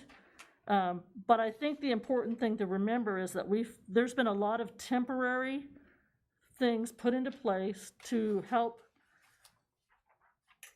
deal with COVID, and I think it's important to know that those things are going to go away at some point. So I think we don't want to lose sight of, once this all goes away, what happens to our economy. Unemployment benefits, we don't know what they're going to be based on the executive order that came out. We don't know if there's going to be an additional economic stimulus. We haven't seen the effect of business closures, travel patterns or restrictions. Spending patterns could change drastically if that $600 goes away. Inventory available local businesses. And another thing that we think is going to have a high impact on both our employers and our employees is the school function, how that's going to affect people's ability to work and therefore their ability to get their full paycheck. A couple of questions that I wanted to answer that you've asked before is where do we stand as far as unemployment? June 2019, we were at 3% in Saline County. June 2020, we're at 6.6%. Current COVID cases, and this changes daily, Saline County had 367, deaths of 5. I think I looked at the unemployment data, and it's kind of interesting to see month to month. It actually spiked at about 10 or 11% in like May or June. Mm-hmm. And then it's dropped to it must have been May, and then it's dropped below that again. Right. So. So we are seeing it come down So a little bit. It went up quite a bit, and then it came down. Right, right. There's a lot going on as far as funding and expenses that we still don't have certainty with. Based on the results of the transient guest tax, there may be an additional transfer to TPEC. As you've probably seen further in this presentation, at this point, we don't anticipate that happening, but we're going on projections still for revenue, so that may come into effect. Arts and Humanities, which is supported by the general fund, based on the data that we have now and what's going on today, that transfer will still need to happen. We're not sure at what level. The golf course is pretty tight, so there may be some possible support necessary by the general fund.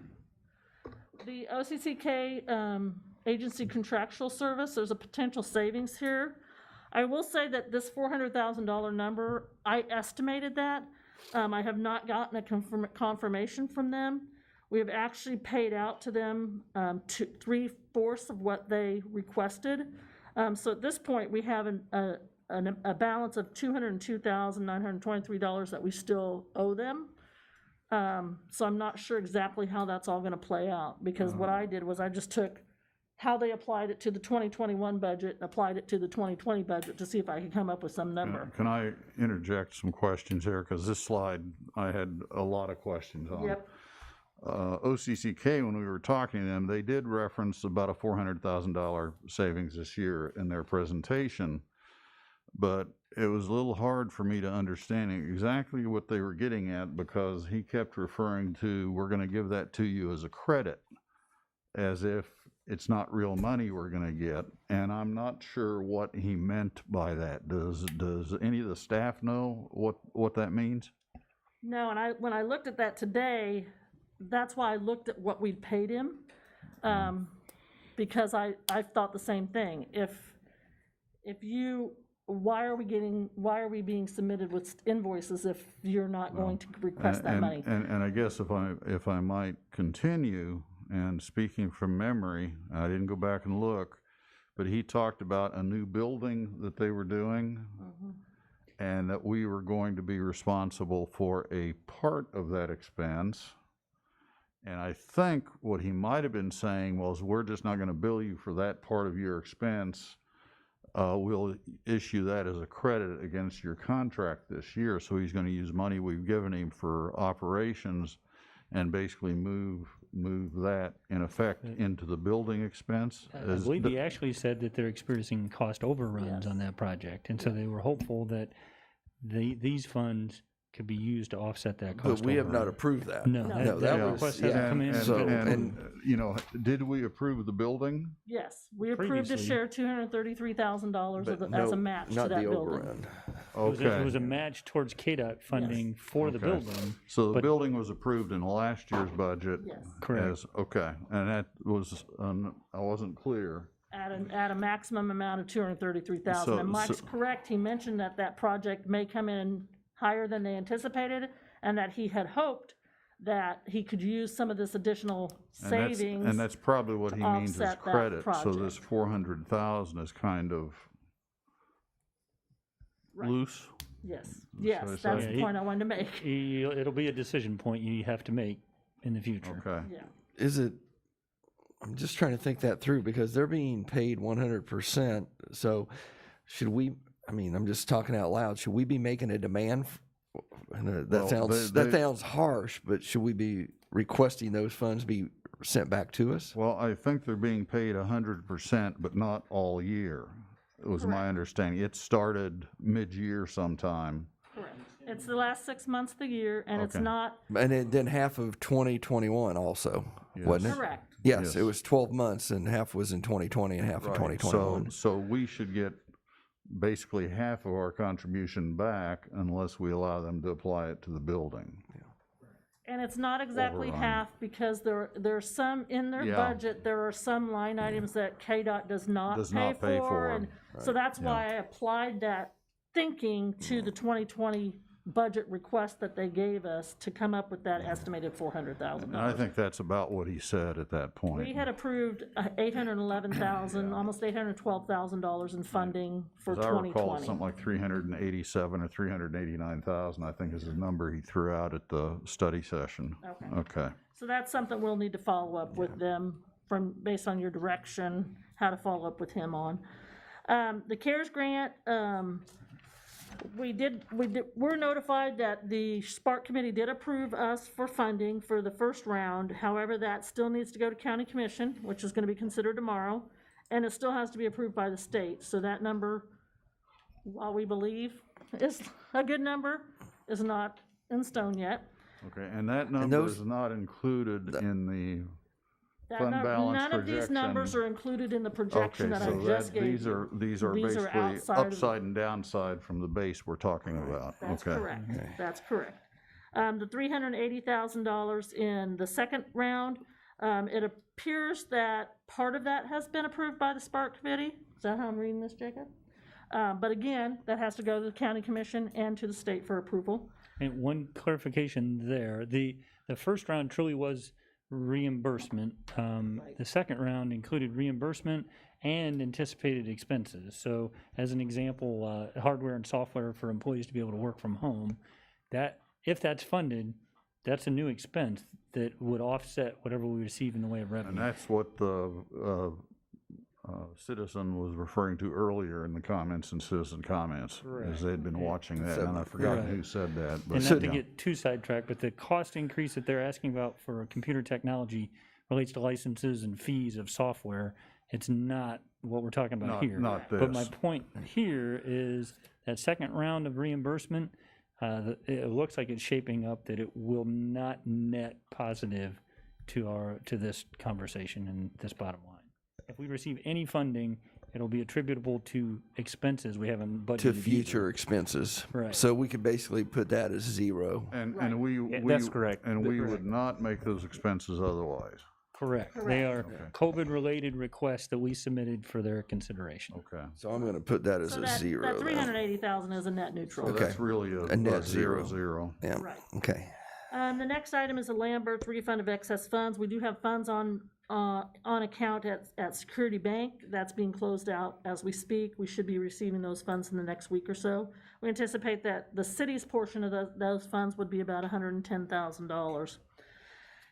And then what we wanted to present to you was the number that we could project that would be the cost to return employees to full-time staff, so that you had the basis to make some decisions as far as how we go forward, how we move forward with this information. So staff recommendations, we recommend that we continue to work under the revised budget for the commodities, contractual services, and capital outlay that departments have kind of committed to from the beginning. We would recommend that we look at each project by project review, as we've been doing since COVID began.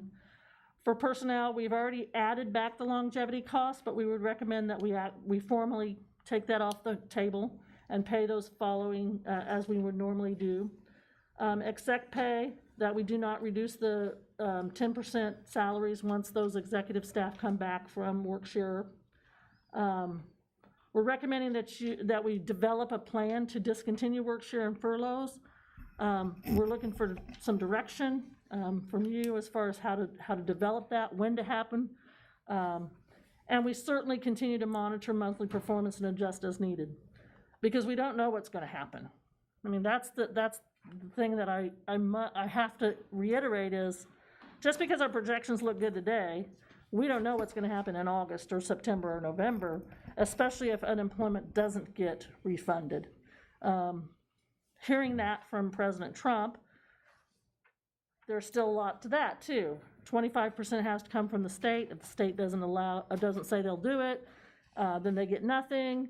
If the state can prove they can't afford it, then they might do something. So there's still a lot out there that we just don't have a firm grasp on what those numbers are going to do. And if I can jump in, somewhat in Debbie and Tara and Jacob's defense, is as we've tried to put these projections together, I hesitate to call sales tax hitting the 2019 numbers as an assumption or a projection. We're not presenting to you, and it was at my direction that we just use that number as a reference point. I'm not prepared to say that all indications are we're going to hit 2019 numbers, but for lack of any other information out there at this moment, I chose to use that as kind of a baseline for your reference, so you could get some level of comfort of where you think we've been and where you think we're going. And Ms. Pack touched on it earlier, but at this moment, we're essentially break even with year-to-date in 2019. But that's the result of the early part of 2020 exceeding 2019's performance, the remainder to get us to year-to-date falling slightly behind 2019. But having said that, our financial performance has not been nearly as dire as we projected based off of Moody's, and we projected off of what we knew at the time, primarily, in my estimation, because of stimulus, which, as Ms. Pack is saying, that continues to be a variable. But having said that, what we've tried to do is give you kind of where things might shake out, and it does look net positive, at least create some margin that it then becomes a question of what's our level of comfort for the remainder of the year. I know I'm repeating to you as the governing body, but for the listeners at home, it gets a little confusing when we talk about May, June, July numbers. All of our sales tax runs 2 months in arrears. So we knew we had a stay-at-home order in April, but we had to wait till June to see the impacts of that. We knew we were coming out of the stay-at-home order in May. We had to wait till July to see that. And I realized here we are in August, but we don't get July numbers till the end of July. So all this is still just kind of end of August. I'm sorry. End of August? Well, when we say receiving July, it's not like July Yes. 1, it's Yeah. the end of July. And so it's just coming into focus at this point. But well, I think it bears repeating that when we started into this in February and March, all of the information we were receiving were very dire predictions. Unemployment rates of 20%. Of course, this was all pre-stimulus. Huge drops in sales taxes and so on. And I think it's pretty clear that when the stimulus money came our way, both the $1,200, whoever got that, and the $600 a week unemployment, plus the PPP money and a variety of other things have all had an effect on keeping more people employed than might have been the case otherwise, and of blunting the effect of that unemployment. So our sales taxes have not taken the sort of dive that we anticipated. And it's easy to sit here in the chair today and look back and say, well, we kind of overreacted on that one, but everybody that I could see was saying the outlook's dire, and Moody's is still predicting long-term fairly significant challenges in the And credit even and in financial markets. 2021, because even if some of these things do continue through the end of the year, Yeah, when they go away, people will not be prepared. yeah, And yeah. If I And could so- add a couple of things, regardless of the stimulus, people were home for a month, and Moody's anticipated increased sales tax activity for groceries and home improvements. We factored that into our projections as well. The other retail sectors, restaurants in particular, didn't perform as poorly as had been Right. projected. And I'm still, if you look at groceries and restaurants, there's a net increase of spending in both of those categories. I would have expected an offset in some way. Auto sales performed better than expected, and there's some conversation about the ability to backfill inventory and whether that'll be an issue. And then the other thing that I would tell you is, on the revenue projection side, we sat down and prior to COVID, we spent time trying to build the analytics that Ms. Pack described, going back and looking at our historical averages by revenue source over multiple years, and coming up with a month-by-month performance so that we could monitor our financial performance on a month-by-month basis. We then tried to apply the Moody's projections and what we knew. And now most recently, as we prepared these revenue projections, we went back in each one of those revenue categories and looked at them.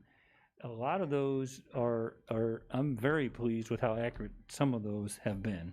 Sales tax, far and away, is the one that's been the most unpredictable for all the reasons we talked about. So when we say, we're replicating 2019 numbers, not on the other revenue line items, just on the sales tax line item. To give you And that is the one that is the most unpredictable, and it's a very large item. If you look at the current trend, we're at the break-even point, but we're lagging month by month for the last 3 months. So that would be unless things turn around, that would be an indicator that sales tax revenue in and of itself will fall short at year end. I don't know how to hazard a guess how much, but with all the other activity and the other savings, we could still break even or net positive. From these charts, I get the impression this country spends a lot of money from October 1st to December 31st. And should we be so smug as to think that spending is going to occur this year? Once again, in April. I mean, when you compare it to last year, because the football associated revenues, sale tax bars will probably be down. Christmas shopping will probably be down. And I have a feeling a lot of people who are buying stuff bought it when they had, if they were relying on stimulus money, they bought it. And they're out. It's very difficult to get your head around it. In April, none of the stimulus money was in anyone's pocket that I know of. That's true. The $1,200 and the $600 a month didn't come into effect till late in that cycle. Yet the numbers held. I think the unemployment rate being at 6.6% helps us compared to the rest of the country. And I also believe the PPP money is gone, and the fact that we still see our unemployment rates at those lower levels, I would think might hold for the rest of the year because of that. One of my concerns that we haven't touched on is I could see some reduction in property taxes being paid, and not so much on, and I think I've said this before, not so much on residential properties, but I think some of our larger commercial properties, the mall plus maybe some hoteliers that are fairly substantial dollars because of the lack of people that are traveling, I could see those falling behind. And that typically lags. That is not as immediate. The property taxes that are being paid today are. Right, but I'm thinking December. Right, Those are due or December. even into next Yeah, year. and into 2021. next year, yeah. 2021, it might Yeah. have an effect. So those are, at least the December ones, I could see the first half of 2020 taxes being a little shy of where we're used to seeing.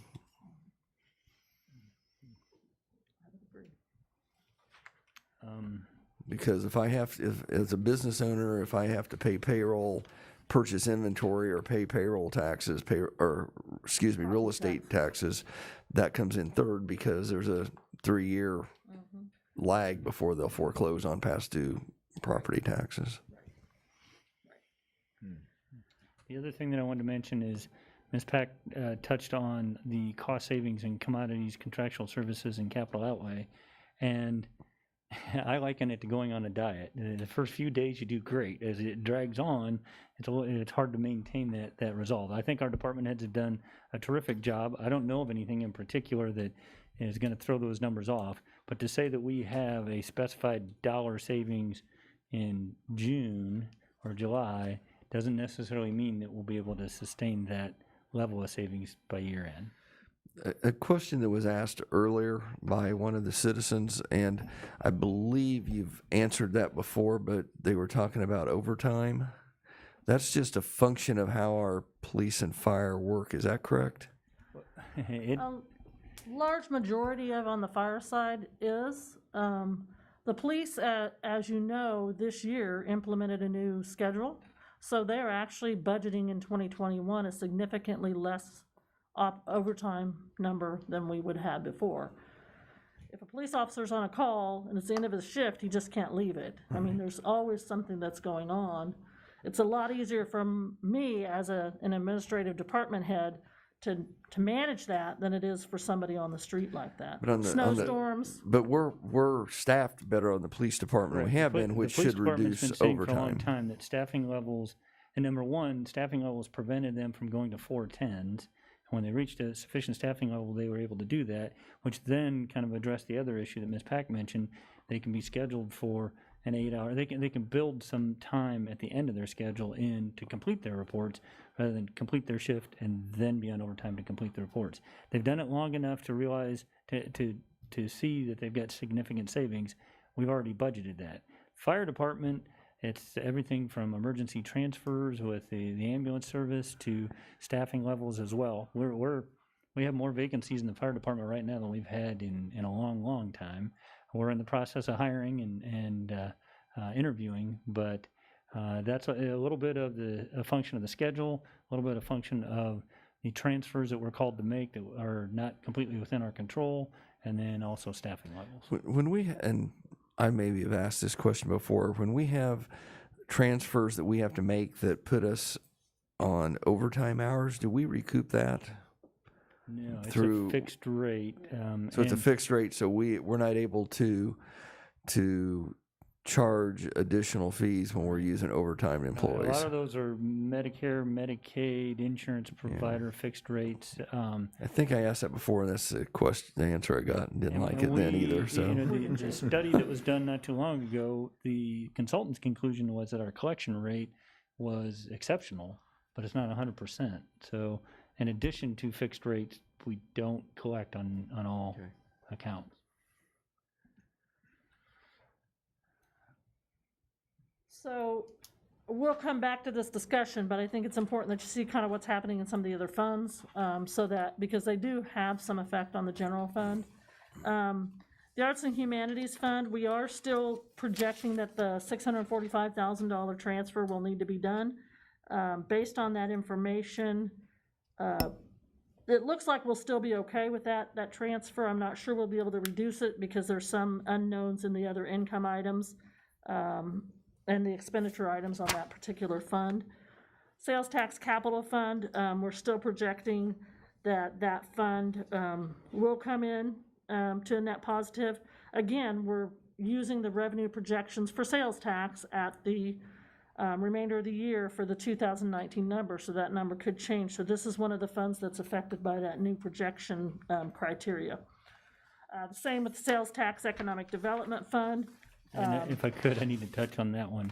As part of the Schwann's commitment, there's a $650,000 expenditure out of this fund, combined with just our ongoing commitments to SDI and Saline Community Economic Development Organization. We are basically at break even at this point. We've had conversations previously about the downtown facade program as well as childcare. This fund will not support all that. The commitment to that matching funds for the grant has drawn this balance down considerably. That's correct. That's not reflected in this number. The next several pages are really they're pass-through funds, so we really don't need to spend a lot of time with those. For special parks, special alcohol, special gas tax, on slide 39.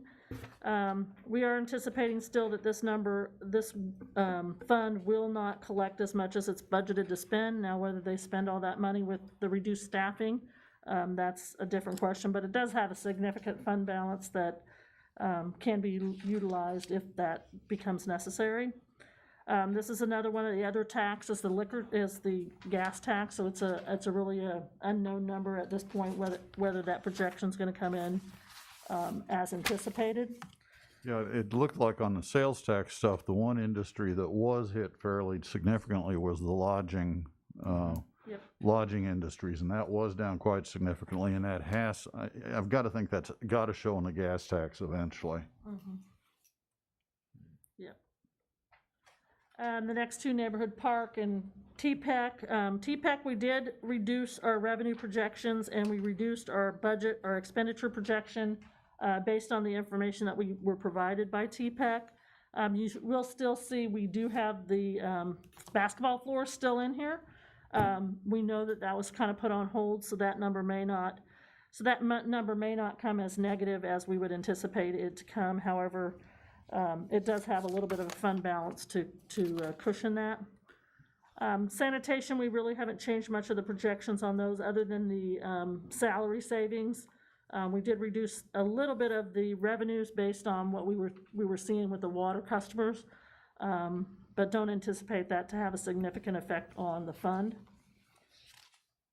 Solid waste fund. Again, the reductions in this are based on the information that we did earlier as far as the project reductions and the reductions of staff for the furlough and work share. Golf course, this projection does include the savings from work share and furlough, and it does include some reduction in revenues based on the fact that they were closed for however many days. This fund is one that we're going to have to really keep an eye on because it does not have a very significant fund balance. Just for clarification, if the fund performs in a negative position at the end of the year, does not require a fund transfer from the general fund as long as it has fund balance to sustain that loss. So this is one of those funds that has a pretty small fund balance, so any sway in that fund balance could require we cannot leave a fund in a negative fund balance. So we'd have to transfer into those funds. Water and wastewater, the only projection change, we've made some changes to some of the projects on this fund, as well as the savings and the revenues based on the water and wastewater that we're seeing some significant, not significant, but higher than normal lag in collections. Workers' comp, we didn't really change anything in this other than, there's not much change in this fund balance. And then the health fund, we've looked at this one. We did not really do any changes to the projections as far as the revenues were concerned. Well, I guess we did reduce those somewhat. Do you remember what that was based on? It was mostly based on reductions that the other funds were doing. So I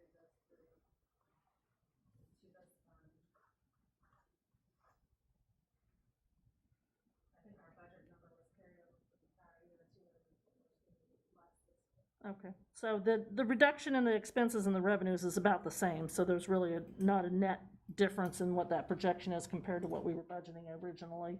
I will say that we did do some analysis on claims throughout the year, or monthly claims for the past 4 or 5 years. There are some swings up and down. Typically, what I saw in in those numbers were there was at least 1 month out of every year that was a peak, and we have not seen a peak in 2020. So I'm not sure exactly what's going on with there. I would add my observations back to 2016, where we had spikes, 3 different spikes in the $200,000 to $400,000 range each. Right. So there's about 800,000 fluctuation there. The other thing that I would add is the staff has sat down and tried to inventory what it would take to do a more detailed analysis, as well as take maybe a more systematic approach to monitoring this fund. We have a specialized consultant that we work with, and they'll be meeting with us later this month. So we'll be going over all of our questions and our outline with them, and then we might have more information following that to roll out a strategy of how we might approach this in 2021. And in the central garage fund, there are some reductions that were brought forward for contractual services, and then there again the savings that we're projecting for the work share plan through its entirety. But there again, that fund has a pretty, for it has a balance that's comfortable. But then again, we'll have to watch that one too. The bond and interest fund, we did reduce some of those, we reduced the revenues, and based on a transfer that we won't make, we had budgeted that we would transfer for the police training facility from sales tax, but we did not bond that, so that transfer will not have to be made. We did reduce the projections for some of the revenues based on the information that we had early on in COVID, so that number still leaves that fund in a positive income at the end of the year. This chart just kind of provides you, I provided you earlier in the general fund, what we anticipated the cost would be to bring staff back full-time. We know that that's not only in the general fund, but it also affects every fund, so I wanted to provide that information. And that's what I did in this table. So that is not included in any of the numbers that we saw previous on these slides either. And if I could, I'd like to touch on 2 of those. Arts and Humanities recently has worked on securing a grant and has approached myself and Ms. Pack about demonstrating kind of a break even with those grant funds to bring staff back. So I recently authorized them proceeding with that in advance of kind of this whole conversation. But so you may see that Arts and Humanities staffing is picking back up, but that's as a direct result of grant funds secured. We've also had ongoing conversations with the golf course. They proposed an expanded schedule. By our rough math, the 27% of the rounds that are played are paid rounds compared to season membership holders. So when we tried to apply that math to the added tee times that the schedule would create, and an estimate of how many of those tee times would be utilized, it looks like it may generate about $1,000 more a week. So the margin of error is such that I'm not prepared to say it's really going to change the golf fund's balance, but I think I was comfortable enough that we could add those hours without running the risk of losing more money. So more in the interest of expanded hours, I approve that. I don't want to give you the impression that we're back to normal by any means. I think it added 40 or 50 tee times. But I wanted to make you aware of that as well. So that gets us to a lot of discussion. There's a big question here. What comfort level, as Mike mentioned earlier, how comfortable are we with that cushion that we've kind of thrown out? We have some ranges, that $2 million cushion to still not a lot. And with that comfort level, how do we want to approach the remainder of the year? three things in particular, longevity, do we want to continue to pay that? We haven't done anything formally not to pay it. That's about $150,000. Exec staff salary reductions is about a $40,000 cost. And then a staffing plan. What do we want to do? Do we want to wait? Do we want to continue to stay on the work share and see how it flows out? Wait a little bit more time, see what happens. These are all things that we really need some direction on. And You I'll know, stick my neck out, part I of the guess. reason we went to the work share and stuff was because of the increased unemployment that helped keep our employees whole, and obviously Well, and what you have to remember is it did create for our employment and for most of our employees up through July 25th, kind of a bonus. right. Well, yeah. Our plan was that we would take that number and we would carry it out until most staff, either we reached 26 weeks or staff became level. I mean, they used their excess and they were basically whole. What I will say is that does not take into consideration, if we don't stay forward with that plan, what it doesn't take into consideration is all those employees that didn't take advantage of that and don't have that. So that's just something to consider. But yes, that's the plan we did proceed with, was here's your excess. It'll take you this long to eat through that excess based on not getting that. And then at what point that brings you back. And that definitely is an equity issue. I'm not comfortable saying because of that principle, we need to prolong the discomfort and the scheduling challenges and the service level reductions. There's not a perfect solution here. We've been trying to pick our way through this for a long time.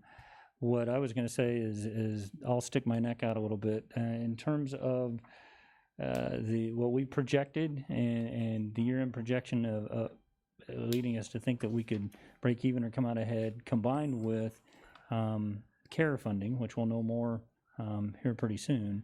But I think we have enough reason to believe that we've got some capacity there. I know your directive from the outset was you did not want to spend into reserves at all, and that kind of drove our fiscal conservatism in the approach that we took. But I think there's enough capacity in that projection and in the additional funding to absorb what shortfalls we might see for the remainder of 2019 in revenue, such that if you're so inclined, I don't think it would be imprudent if we said we want to bring staff back, come up with a staffing plan, and we want to proceed as Ms. Pax described on those other items. We certainly will have to continue to monitor it. If we get another wave, if we get some financial downturn, we're going to have to revisit all of this, but all indications at the moment look much more favorable than what we originally projected. Well, I'm just gonna, how much water in the sponge is there still to be squeezed out if 2021 really starts off bad? Well, we've said all along that we're going to have to monitor in anticipation of January 1 of 2021. If we have reason, if things fall off between now and year end, we're going to have to revisit the 2020 budget and the 2021 budget. So we would be back to doing for 2021 what we had to do for this year. Correct. Potentially. And potentially without the manna from heaven that we received this year to help us out. Mm-hmm. You know, I look at it from the standpoint of we set out with not wanting to dip into reserves very much, but we were starting at that point with something like $7 million. And we were hesitant because we didn't know where this was going. If this was going to be a 1 year, 2 year, 5 year, we didn't know about federal stimulus. We had all of these dire protections. And what we did worked clearly. We are now looking at a year in fund balance, if you take in some of the stuff that we're not certain about, of about $10 million, which is pretty good. And I think we have an obligation to try to return service levels to a more normal level, given that result, and then we just have to monitor it, and if next March it's going south again, if we have another 30 or 60-day shutdown, hopefully not, we'll obviously have to revisit this, but we have, a couple of $1 million we did not have, and I know that sales tax is still tailing off a little bit, and that might continue for some time. But it's not at such a number that it. Yeah, I think we're in a position to where if we continue to crunch down and not provide services, we're kind of like Scrooge, and not to offend Mr. Dickens. But it's kind of like we're just keeping it because we can. I think we need to try to return to a more normal level of services, and provide the things that we're supposed to provide. That drives me nuts driving around and seeing some of the untrimmed areas we have, and I really appreciate the volunteers stepping forward, particularly with Kenwood Cove this last week. I mean, it was, but there have been others. If I could, But I need to offer a clarification in that regard, because everything we're talking about, that 600,000 number that Ms. Pack reported, is bringing full-time staff back. Part of what we're so dependent on to mow and maintain is part-time staff. I understand, but that decision is now Right, next year. We're going to have to try to do what we can with the full-time staff we bring back. I just want to set, I think we'll see an improvement, but we still won't be at full service. And to be honest, if I had known then what I know now, I might have leaned a little differently on that full-time, part-time decision. I just... Yeah, I've quoted this statistic to a handful of people. The work share program impacted 50% of our employees across the organization as a whole. If you take public safety out, fire, police, and emergency services, and recognizing that there were some individual employees that were impacted in those functions as well, but we tried to preserve them. The remaining employees, 75%, were affected in some way. Yeah. Then you take out the part-time seasonal employees and you focus on mowing and maintenance, and they were staffed at 18%. Yeah. I remember that discussion, Well, and I think there's several things at play here. One is, obviously we see the unmowed areas, but I think there's also, from just the business I'm in and talking to individuals, the work being done, development services and some different things, we're falling behind. And there's some people getting frustrated out there because for some reason, even though we're in a pandemic, there's a lot of stuff going on. And we have some things that are falling behind that we need to get caught up on. And second of all, I worry about the mental status of those that are trying to work because they're getting further behind, and that's not good for them either. So I think we need to address that also, because there's a bunch of places we touch citizens, and I've heard complaints about difficulty getting water service turned on and off in a timely way because of the schedule. And that's an area that eventually touches, almost every month touches every citizen in Salina. So people kind of take it for granted, but when it's not there, when you need it, it can affect a lot of people very quickly. And I would like to see us move towards normalcy, whatever that means anymore, as quickly as we can, and then just monitor this situation. And if, as we go into the new stimulus, if there is a new stimulus, or as we go into a period of time without it, just let's watch it and see, understanding we might be a couple of months behind, but I think we've got enough security at this point to be able to do that. Is the work share program something you can go back into once you come out of it? Yes, I believe so. there's a fixed amount of benefit per employee, although I'll have to double check on the 26-week time frame. I think you can start and stop that, but we'd have to verify that. And does the work share go through the end of the year? Was that? No. The work share plan is a 52-week plan. Okay. However, unemployment is a 26-week benefit. You can only get 26 payments. I don't know in what period of time. And Natalie's probably not here to answer this, but that's my understanding. My understanding was I that think you it's 20 could right. step out of it, and if necessary, You can step back back into in. it until April of next year, whenever we started, Okay. May of next year. You got 12 months from when you Yeah, As started. I long think as you that's didn't go right. over your 26 payments of And then unemployment. if it's 26 continuous weeks based on when we started, Right. it would end yet this November fall. 2nd is when we have it. That's, okay, that's maybe what I was thinking, okay. So currently, we have about 20 employees that are scheduled to come back in August, about 20 scheduled to come back in September, a small chunk in mid-October, and then the rest of them November 2nd or thereafter, depending on when they started, so. And for the most part, the sum total of all, I guess I'm getting 3 different checks?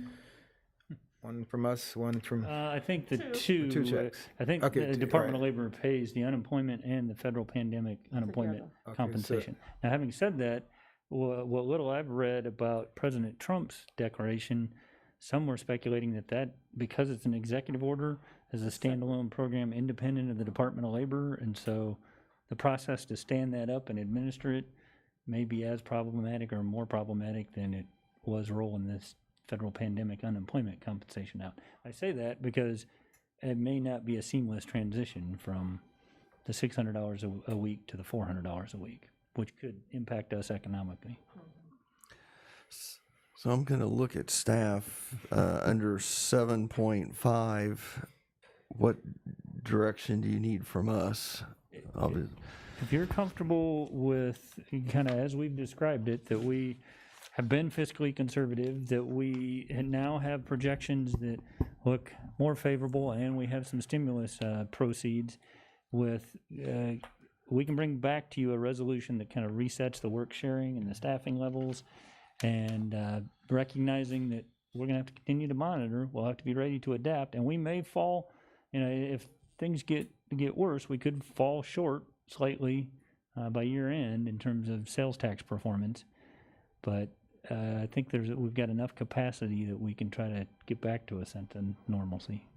Commissioner Ryan, you have Read that resolution, and I think it gives you the authority to make changes to the work share, so as long as we may or may not have to come back with a resolution is the only point I wanted to make. I think Commissioner Franz and the mayor summed up my feelings. I think we need to get back to normal, just at least at our service levels for the public as an organization as quick as we can. So, and, in whatever practical fashion. We predicted there would be waves of this COVID if it would happen to come back on us. I personally feel it'll be much less than it was the last time. So going forward, I'm optimistic. So I think we should, with the cushion that we have, we should get our service levels. So I guess with that, we'll ask staff to bring us back a recommendation. Be happy to do so. Okay, has this USD 305 made any unofficial projections as to how many students could be, I'm really going, how many parents of students will be affected if kids have to be home half the time? Not that I'm We aware did of. a If there's demographic of even the any city of other way, Salina. if there's any way to even guess what that might do to our workforce being able to go to work. I don't know at a school district level, we don't have exact data. We kind of had to glean from some of the information we had, and I'm working from memory a little bit, but I think out of our roughly 490 employees, we thought we had 85 employees that had school-age children at the elementary school level. And we kind of tried to break it out, thinking that not sure what middle school and how much, how that'll impact parents for middle schoolers and high schoolers. If you then factor in middle school age, we estimated there were about 115 of our employees that were impacted. So we've had some conversations about how this is going to roll out, what that means for us as an employer and our employees. I don't have a solution for that just yet. We're still trying to get a sense of the school's plan, and and I'm really talking off the cuff now, but every function's a little bit different. If you're in an office function where we can be a little bit flexible, it may very well be that staff sitting down and saying, what 2 days a week did you get for your kids? Well, I got these 2 days, and trying to sort it out at that level. other functions, 24/7 functions, shift work, things that don't have that level of flexibility, it's not that easy.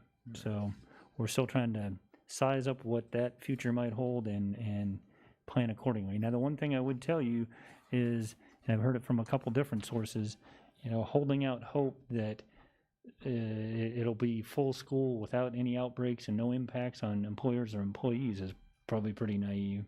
We're going to have to be flexible and prepared to adapt in some fashion. And this next question, it's a serious question, but it's going to sound funny. Are there any ways to calculate the economic benefit to our local economy from football? I mean, college pro, I mean, just with the entertainment industry, basically. Right. Well, certainly with not having a Division I college athletic program, I can't imagine what the financial impacts would be for Manhattan or Lawrence in particular. The best indicator I know of is kind of our past performance with restaurants and bars in the April, the March, I don't know how it matched up with March Madness, but the March and April timeframe. Admittedly, that may not be analogous to this March fall. Madness would be a good example. I think it did curtail that. That's a long way of saying speculation at best based on what we've observed, in March and April, but I haven't seen anything with any specificity, unfortunately.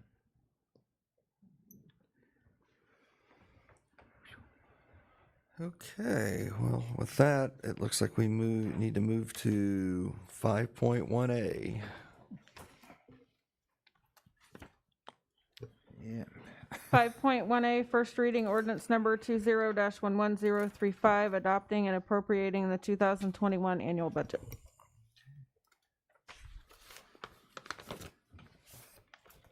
We've had the public hearing and we bring it back before the commission.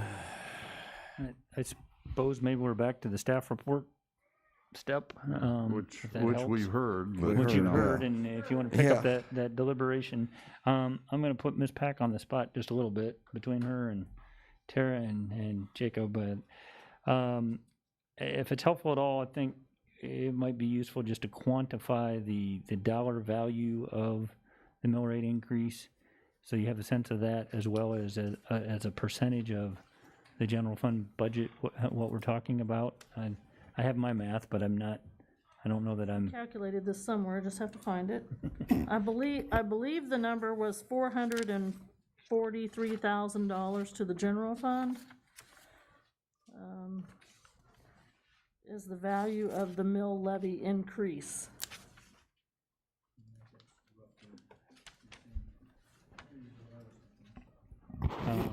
So compared to a $44 million budget. So 1%. That'd be about one. And I had this calculated one time. What is, I guess, for the general public, what does that calculate into per $1,000 or $10,000 of property value? Because for $100,000 home, which you take, the appraised value for a residential property, you multiply it by 11.5%. Okay. Take that number divided by 1,000 and multiply it by the mill levy. So for a $100,000 home, that's $353 a year. Additional. No, total. Total. Right. So additional, it's $11 and some cents. One mill's I think. $11 or thereabouts. So I guess that is the number I was looking for. 100,000, yes. When individuals or come up and we talk about the property tax that we're collecting and what it does to their taxes on $100,000 house, the change we're making to the mill levy will be $11 a year to them. Right. A little bit over. Yep. So if you have a $200,000 house, it's $22,000 a year. $22. What'd I say? $22,000. No wonder they're mad at us, right? Thank you. $22 a year. Well, I think it's important, too, for the public to know what they're paying for. The city of Salina provides certain services. The county provides services. The city provides police protection, fire protection, street work, parks, Those are all things that property tax, and of course, the development services and the support for that. But 48% of that is public safety. So that's police and fire, EMS, is 48% of that, $353 a year.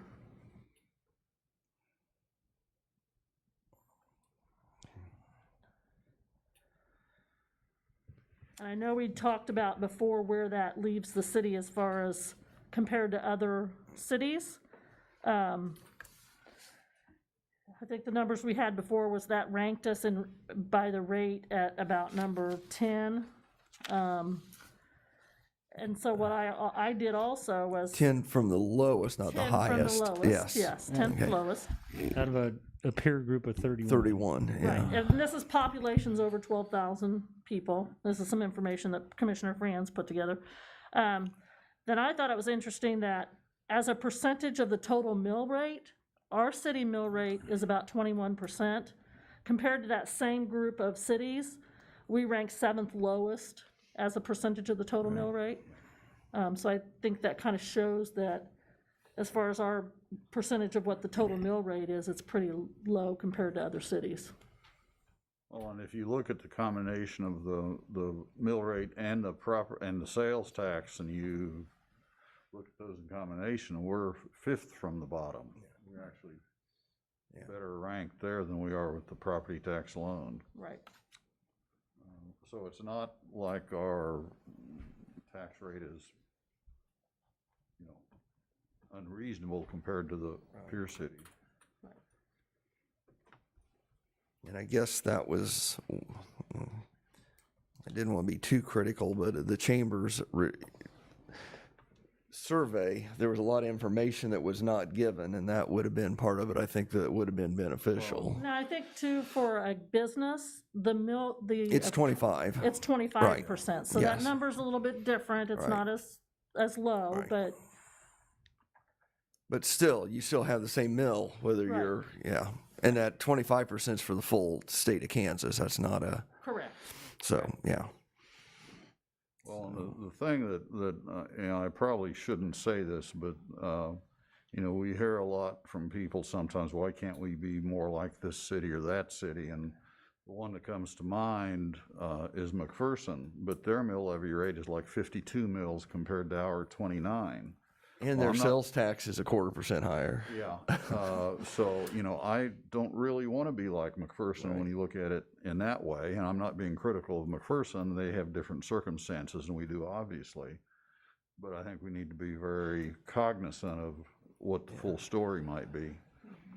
I have, and I know it's when you look at it the way Mayor Hoppick did, $11.50 a year sounds pretty minor. In particular, to protect services. On a $100,000 house. But, I expressed my concern before. I am concerned that we can finance what we need to do by other means, and that is by shifting some of our health insurance overages back to the general fund. I still stand on that, and I think the message we send by raising the mill rate at this point is not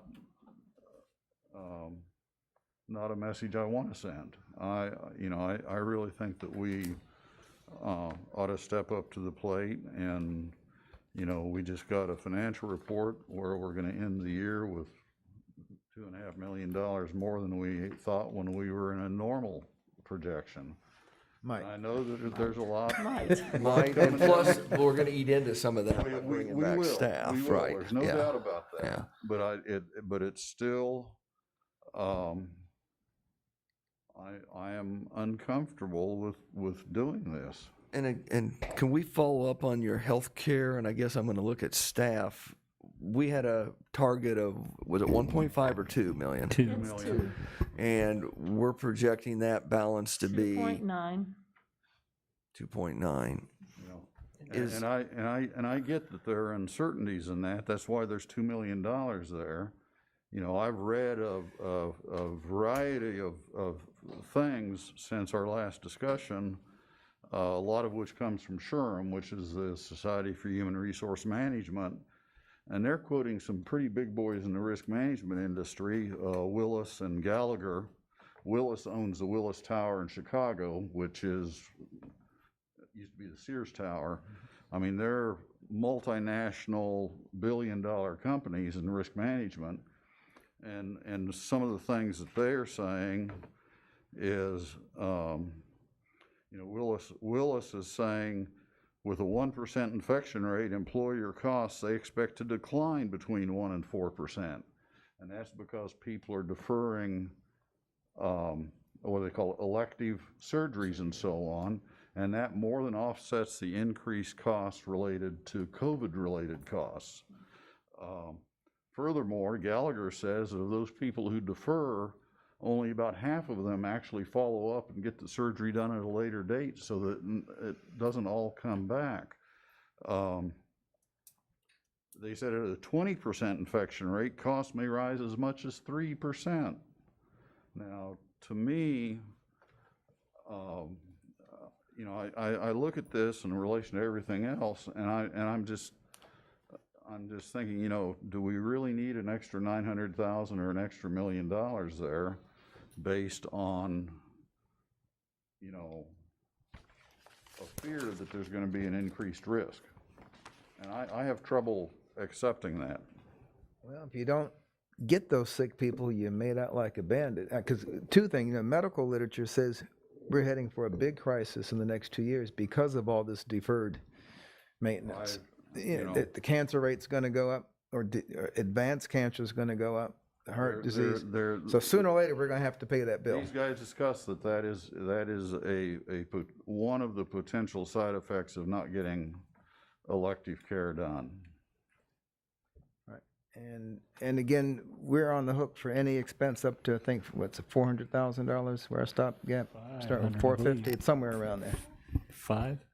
I was thinking 450, but I don't know. So, 3 people sick in the ICU with this for a couple of months, and we don't could have buy a $1 million. And we don't have a stopgap on prescription meds. We do not? No. And they have been going up. So I'm not going to disagree. We've talked about the health fund balance. The difficulty is we've yet to be able to analyze it in any way to get a sense of how it functions and how to better manage it.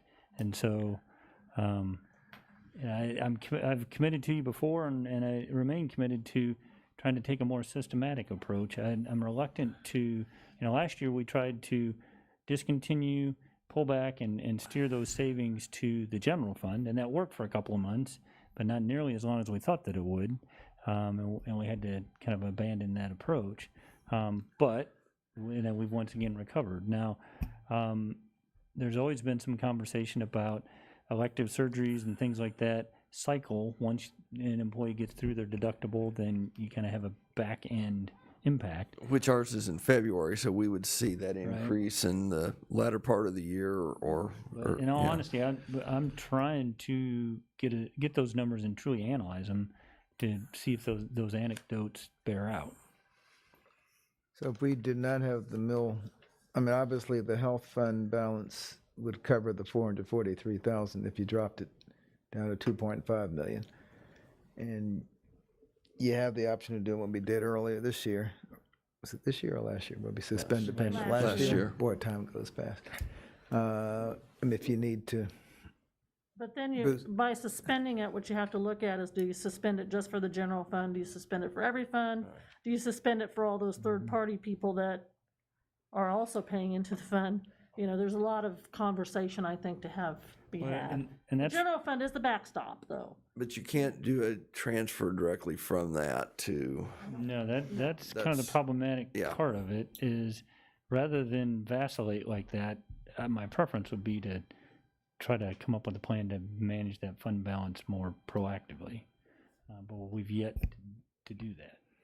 And in a city where we weekly have people coming to us asking us for more and more and more, This looks to me like barely a cost of living kind of an increase in our budget and our overall perspective.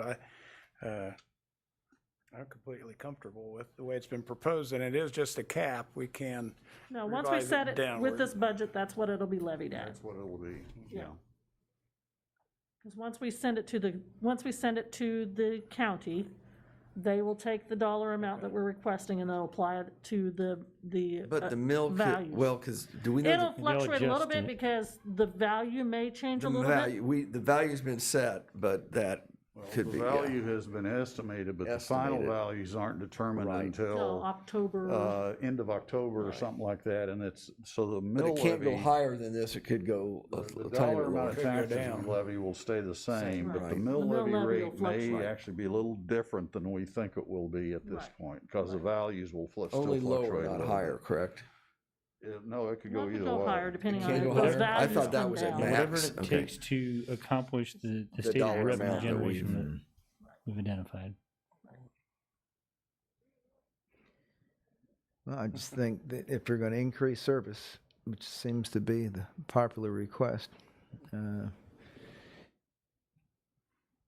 like to leave a little a little cushion. Now, I say that as somebody who could afford an extra $33 a year. But I Going to guess increase services, I want to know what they are. well, just getting us back up, well, not just full staff, but obviously somewhere along the line, I think we'll need to pull some part-time staff. I mean, I don't think our full-time staff's going to be able to do all the Right, Next it's year we're budgeting to have 2021 at them. this point, so, Yeah. yeah, it would get us back to full part-time staffing, and it would fund cost of living and a merit for employees. And we have parks and recs. I mean, we there's a lot of things that we'll need to bring back on board.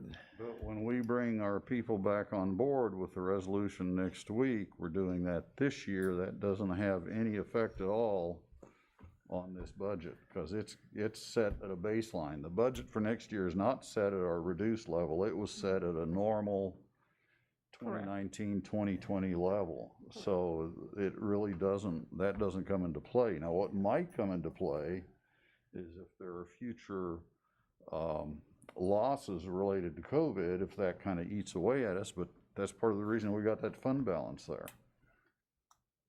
And it's part of the reason we can make, adjustments again if we have to. Yeah, and you're correct, fund balance allows us to absorb fluctuations. Part of it, and right or wrong, the way we've been budgeting for years is to identify operational expenses and year-to-year expenses, and then kind of back into whether we can afford cost of living and merit raises. And so we did that once again this year.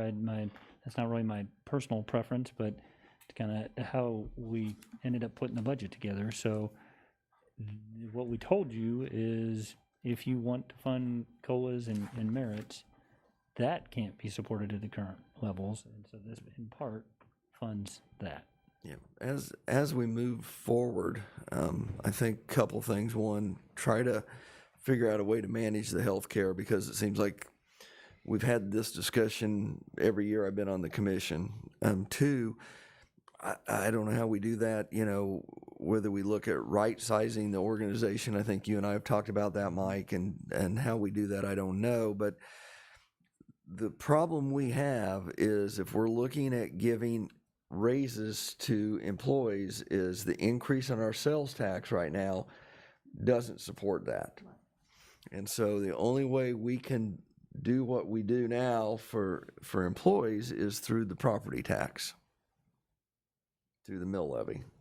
And I don't know how else we... I think long-term, you're exactly right. If we try to, the sales tax is only, about 40% of the general fund, something like that.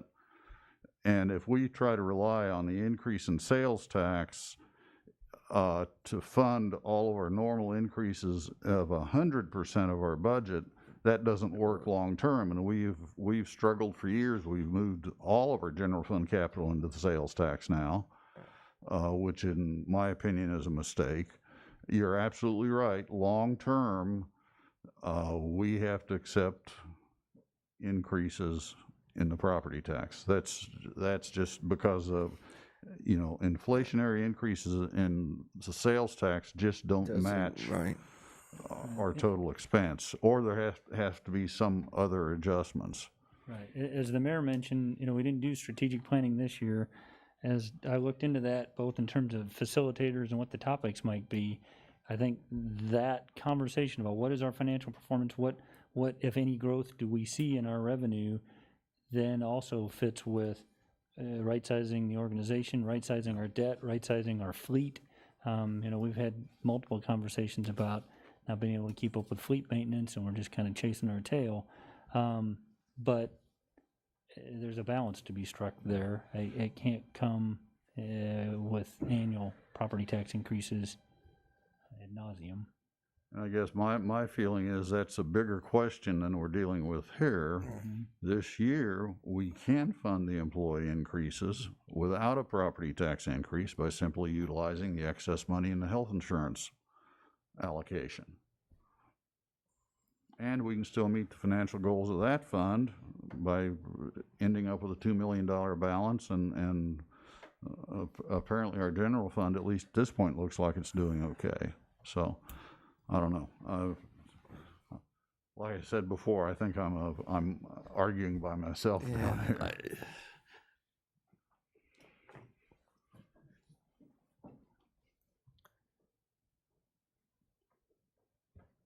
I just get very conservative with other people's money. In my own, I'd spend a little more widely, but or we can take a week to think about it.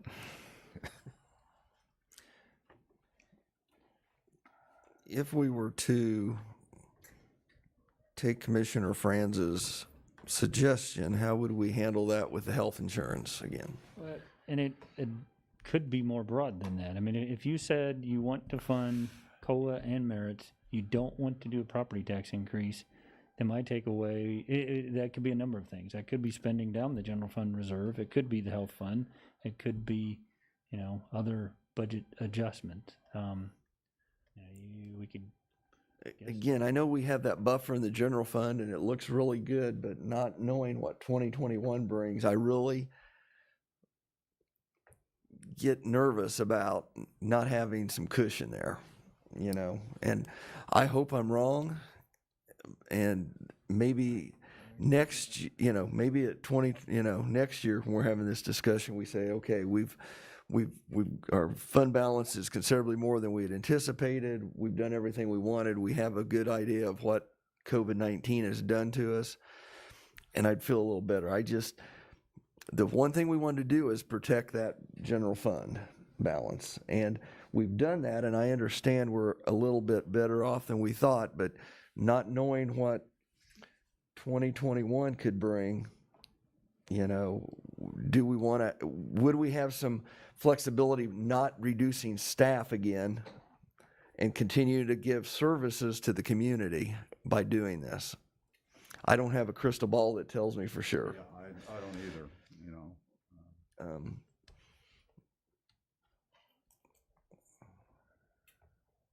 I guess there's no public here to tell me, so I guess I just don't think we're done with the coronavirus yet. Yeah, I guess I would take a motion from a commissioner and see where we land. Mayor, I move we pass on first reading. Ordinance number 211035. The ordinance will be considered for final passage at the regular commission meeting on August 17th, along with other legislative actions related to the budget option. Second. We have a motion and a second to pass on first reading ordinance number 20-11035. Ordinance will be considered for final passage at regular commission meeting on August 17th. Okay. All those in favor? Aye. Aye. Opposed? Nay.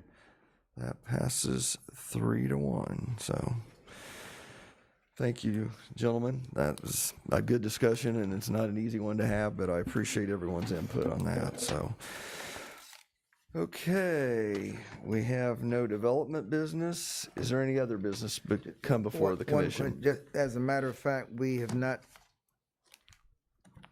take affirmative action on the recommendations in the, They're going to bring that back to us that's next. coming back. Direction to bring back a plan, a Yes, staffing we'll plan. bring back That'll a be staffing Brett. plan and a revised budget.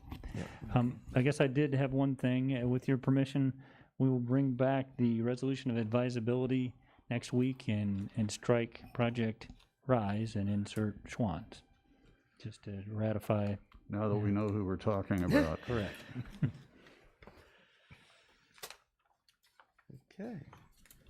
You know, with regard to that project, I think the only thing that Mayor Hoppe forgot was the level of investment in the project. And, you know, $600 million takes a while for me to get my head around. You know, that is. I assumed that everyone was waiting for the CEO to have the privilege of saying that number out loud, so I said, okay. But it, you know, that is, you know, we thought the downtown project was big with all the public and private investment there, and that was just a little over 100 million, as I recall.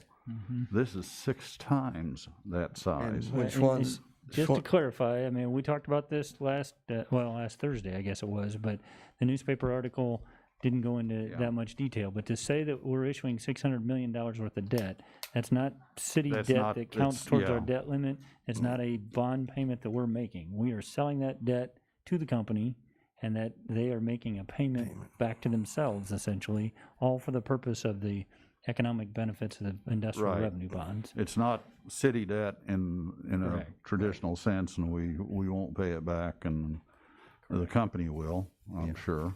But yeah, just so the public knows that. It is a different concept. There is a lot of confusion out there about that. Yeah. So. Okay, with that, I would accept a motion to adjourn. Move we adjourn. Move second. Motion and a second to adjourn. All in favor? Aye. Aye.